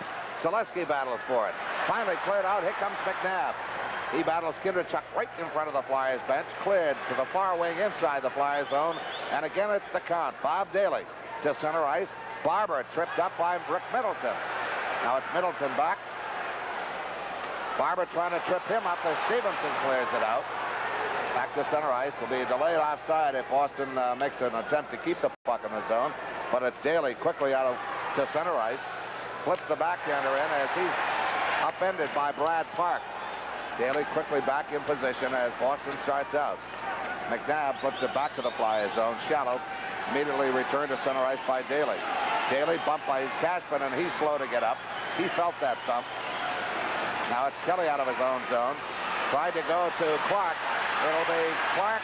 Now it's Milbury there first, icing against the Flyers.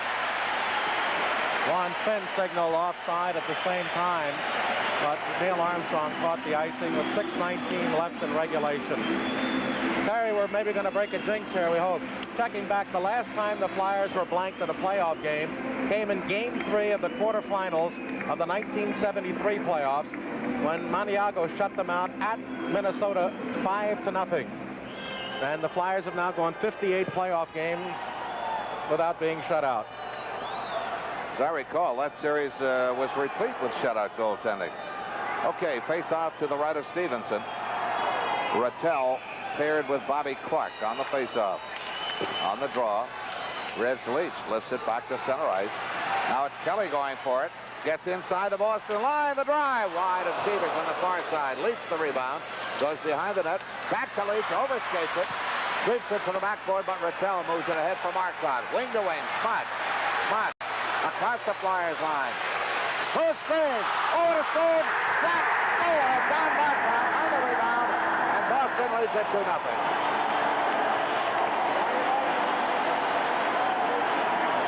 Shot by Bobby Schmott to come in over the blue line. Delayed.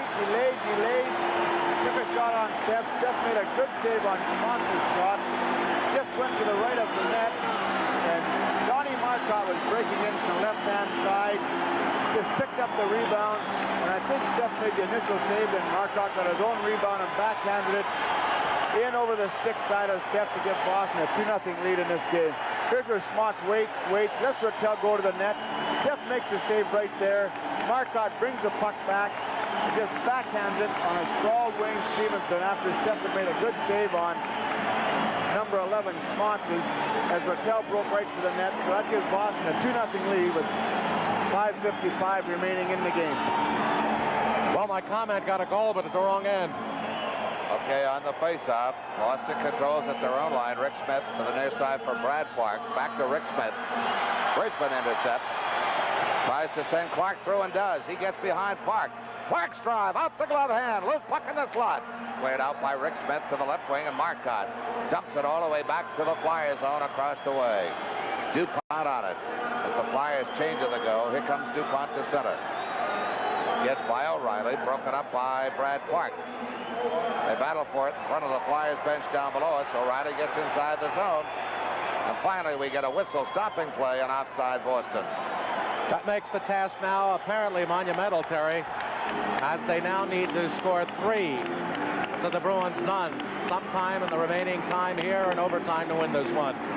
Well, we'll start with one good shot and go from there. It only takes 2 good shots to tie it up and one to win it. Face-off.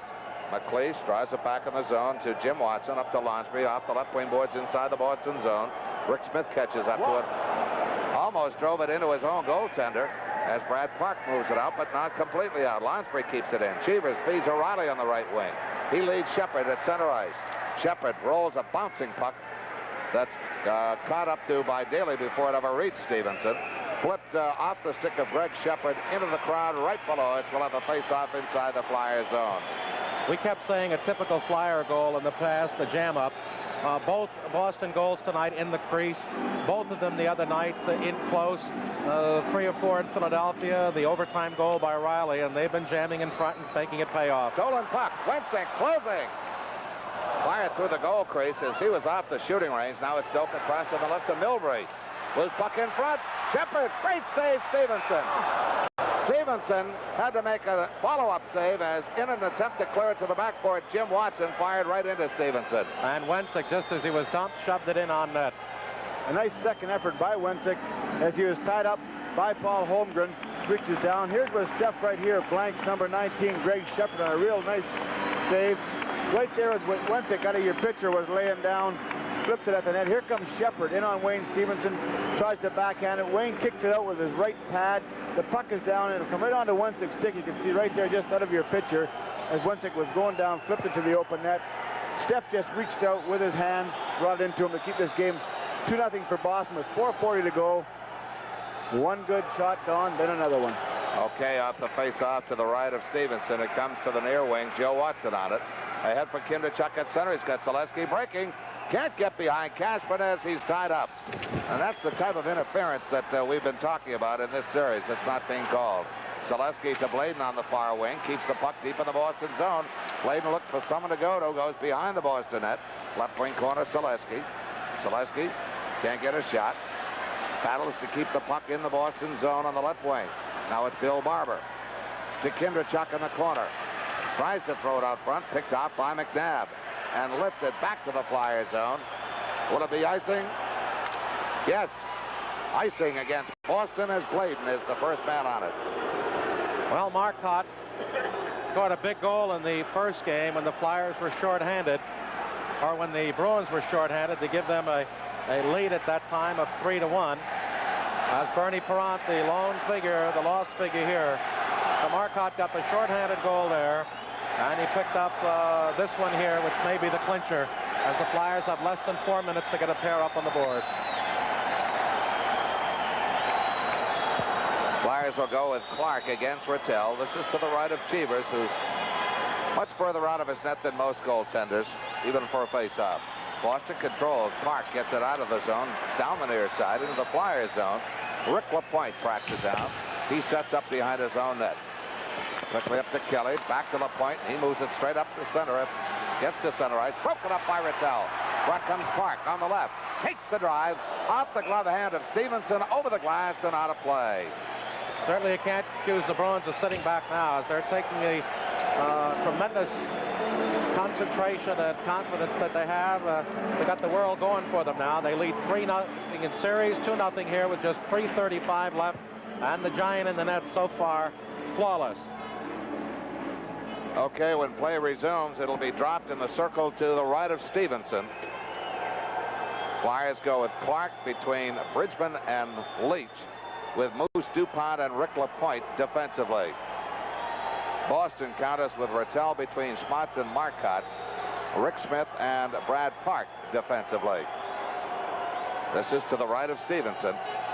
Goes back to the left point. Rick Smith through a screen. It's wide to the far side. Karams to the Flyers' left wing. Bridgman ahead to center ice. Schmatz drills it right back in again. Broken up by DuPont. Gets it to LaPointe.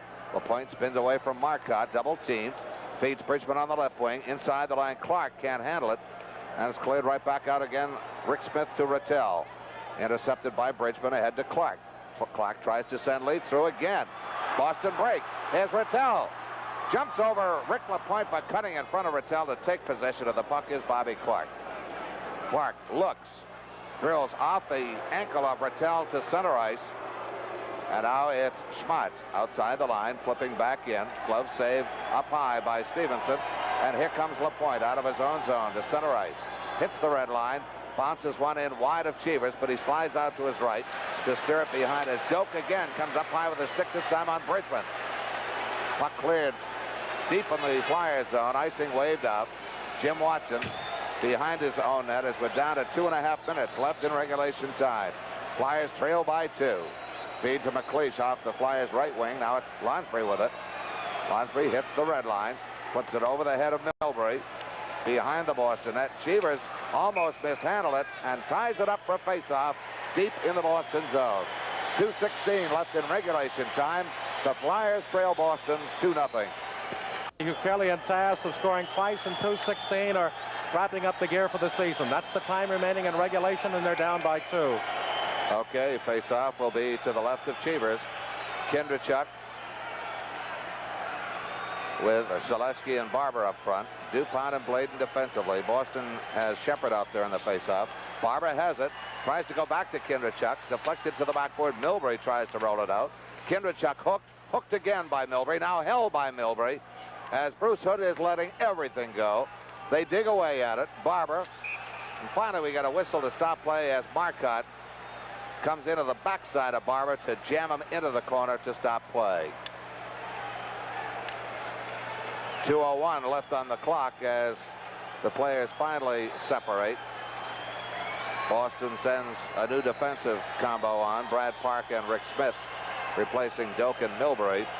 Flyers stay with Kindrachuk, Barber, and Zaleski, Bladen, and DuPont. To the left of Cheevers. Barber tries to go through.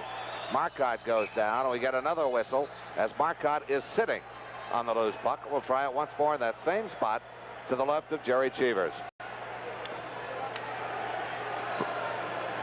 The Canadians shut out the Islanders last night in their 4th game to go ahead 3-1. That final was 4-0. DuPont, Kindrachuk, back to Bladen. Blocked the first time by Marcotte. Second time goes behind the net for it.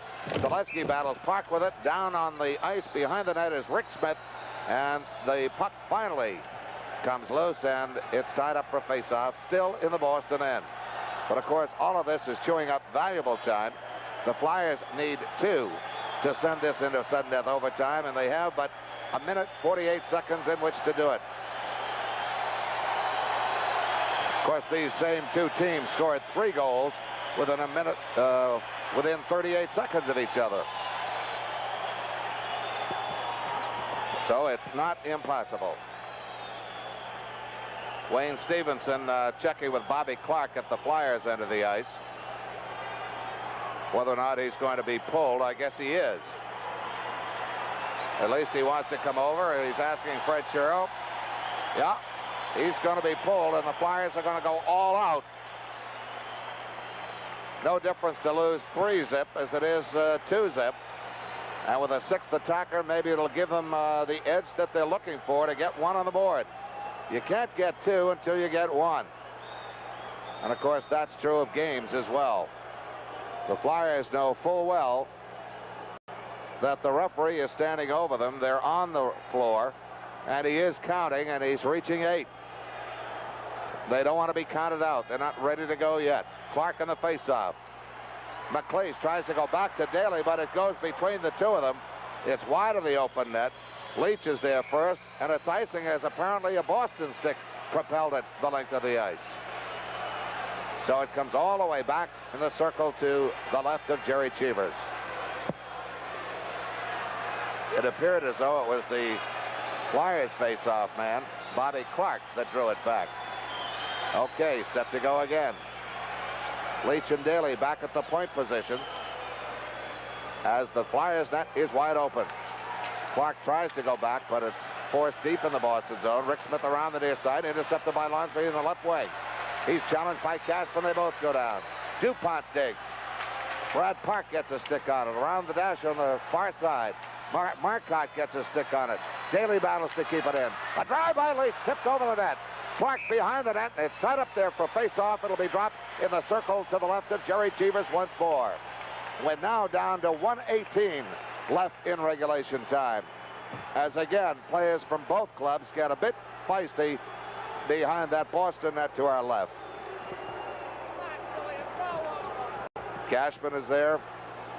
Rick Smith, Clark, DuPont. And they quickly separate. Flyers trail 2-0. They need 2 to keep this game alive and the series alive. Puck got enmeshed in the twine behind the Boston net on a drive through heavy traffic that was just tipped wide. Leach got full wood on that one.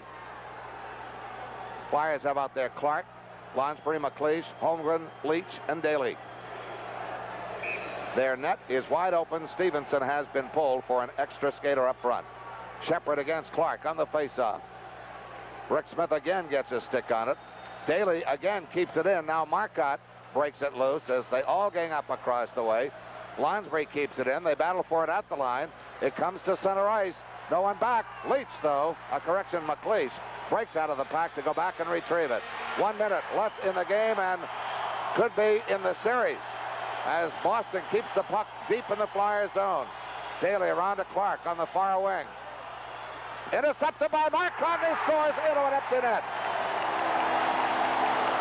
And with 47 seconds left, it would appear as though that goal there pretty much put it out of reach for the Flyers. It's Marcotte's second goal of the night, his 5th of the playoffs. And it gives Boston a 3-0 lead, and it should come unassisted. Time of the goal comes at 19:13. As we look at it again, Marcotte picked up a loose puck in the slot, and of course with Stevenson pulled, he had little else to do but just nudge it straight ahead, and it went into the open Flyer net. So Marcotte, a pair of goals, the second and third for Boston, and they lead at 3-0. 47 ticks.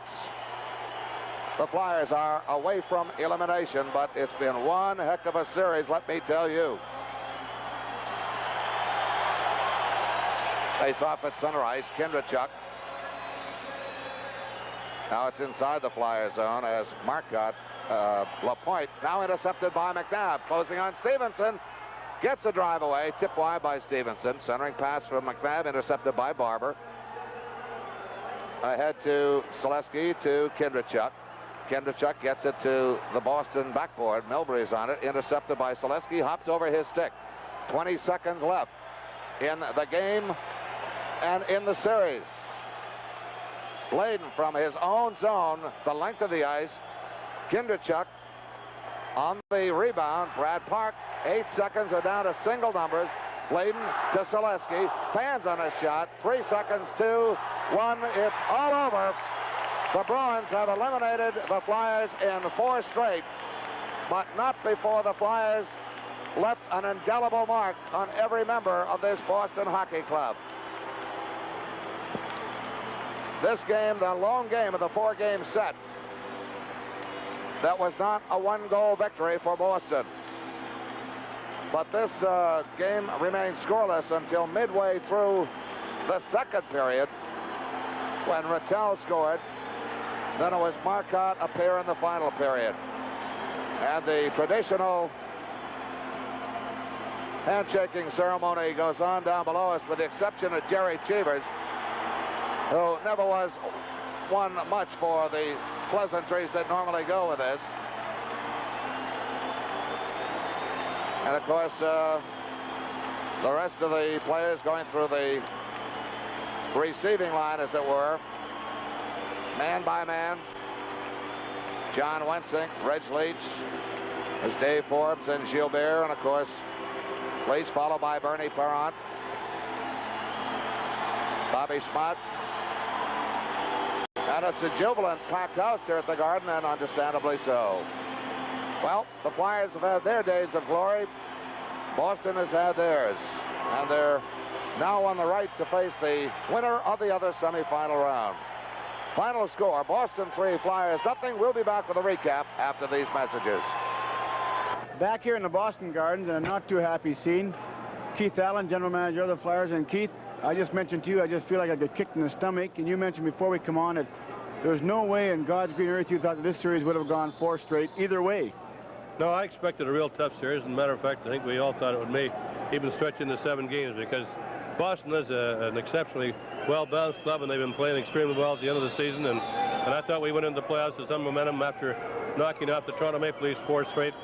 But unfortunately, they got the break on us right off the bat, and they just grounded out. And it was, each game was a real tough game, and I thought tonight our guys played well. We never got any breaks in the goal all the time, but by the same token, you've got to give credit to Jerry Cheevers, who played exceptionally well, as did Wayne Stevenson. It was an extremely hard-fought series, and they just come up with a little extra this whole series. Keith, you mentioned both players, Jerry Cheevers and Wayne Stevenson. As we said, when things are going rough, they're going rough. We lose the game, they turn the lights out on us. I'm not sure if the people back home can see us or not. We reiterated all the time on our broadcast that Jerry Cheevers was the big stumbling block. He came in here from the other league. He come something to prove. This series, I think he proved it. He was tough to beat the whole series on us, Keith. People also don't have to forget that we also made some changes this year. We had a lot of new faces in our lineup. We had a lot of new kids also that their baptismal fire they had. So we had a lot of bright things to look forward to also. Oh, I think so. I think that we can look back and say that while we didn't do as well as we thought we would and hoped that we would, I think we did add some players in the lineup this year that will be around and help us for a long time. And Bob Daly and Rick LaPointe and Paul Holmgren, and this type of hockey player is going to be heard from for a long time. So, as I say, it's been disappointing in some ways, but I think that we're going to be back next year.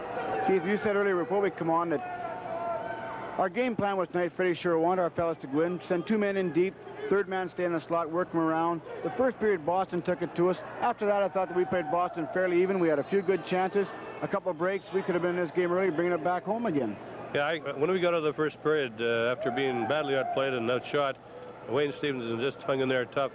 I thought we were very lucky. And in the second period, I thought we came on and had some good opportunities, as we did in the third period. But Jerry Cheevers just proved very tough, and I think on a couple of occasions he was a little fortunate too, because that puck was bounced in front of the goal there, and we just couldn't seem to find the handle on it. But that's what happens when you lose, I guess. You just don't get a hold of those pucks when you should, and they have to receive full credit for their victory. Keith, we've been at the top of the mountain. We've won it. We've never cried poor mouth. We didn't ask anybody to give us any favors the years we were going through and won it. Right now, we're looking for no crutches, no excuses. The one thing I think that we can both say that our team went down with pride and a lot of class. Credit to the Flyer organization from the top right down through to all the players. Well, I was proud of them out there tonight, Terry, because I don't think there was a player on the team that didn't give his 100%, and that's all you can ask of any athlete. And they were out there and worked the whole 60 minutes, and we just come up a little short, as I said, but everyone gave their 100%. Keith, as a GM, now you've naturally watched the final series. Montreal leading the Islanders. Boston going into it, the winner of that series. I would have to say possibly Montreal will come out the winners. How do you look, say, if Montreal meets Boston, theoretically? Well, I'll tell you, if Boston plays against Montreal the way they play against us, it's going to be a real interesting series. I think that Boston may surprise them because they're running into a hot team, a team with a lot of confidence, a very physical team, and a team with a great goalie that's playing extremely well. So it should be a real interesting series. Keith, thank you for joining us very much, giving us your views of the game and of the series. And Gene Hart will be back right after this message. Here at Boston Garden, and the season is done, Keith Allen, and I don't know if Terry mentioned, but we have to go to one specific statistic. After Dornhofer scored in Game 2 at the 15-14 mark to give the Flyers a 4-3 lead, the only goal they got in the remaining 174 minutes and 44 seconds of play was Bob Daly's power play goal here on Thursday evening in the first period. So they went just 5.5 minutes shy of 3 full games without an even strength goal against Cheevers. Well, we were just remarking how well he played in the whole series, and how well really the Boston team checked in the whole series. They contained us, they grounded out. It was sort of a throwback to the year, I think, Gene, that we beat Boston the first year. They were a very dedicated team, and a very hard-working team, and I think that, as I said with Terry there, you've got to give them a world of credit because I really didn't think it would turn out this way, and I didn't think that any team would win it unless it was a 6 or 7 game set. But they got the little break in that first game, and this grounded out, and were able to come up with that little extra in each game, and as they say, they're deserving of the victory. Keith, I'm going to have to ask you a question that you're going to get from some of the media tonight or in the next few days. Is the Flyers' sweep last year at the hands of Montreal, their struggle with Toronto in this year's series, and the sweep here by Boston, any indication that the Flyers' flag of championships are waning a bit, or just one of those years? Well, I think you have to... Read that right there for me, will you please? A little sign. I think you have to assess the whole year, Gene. I think that we did end up in second spot in the overall statistics after 80 games, so I think that's a very meaningful statistic, too. I think that we all know that in any playoff series, if you run into a hot team or a hot goalie, you can lose out. And I'm not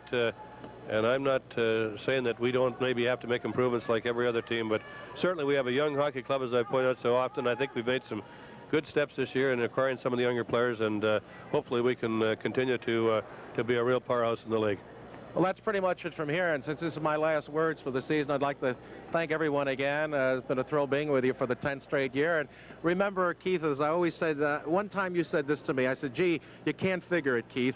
And you said to me, Gene, if you could figure it, there'd be no reason to play the games. So as bad as it seems now and as down as you are, remember, wait a couple of months and it all starts over again, the quest for the cup. So, Keith, for being our guest, first of all, Abbott's Dairies presents from the Ice Cream Capital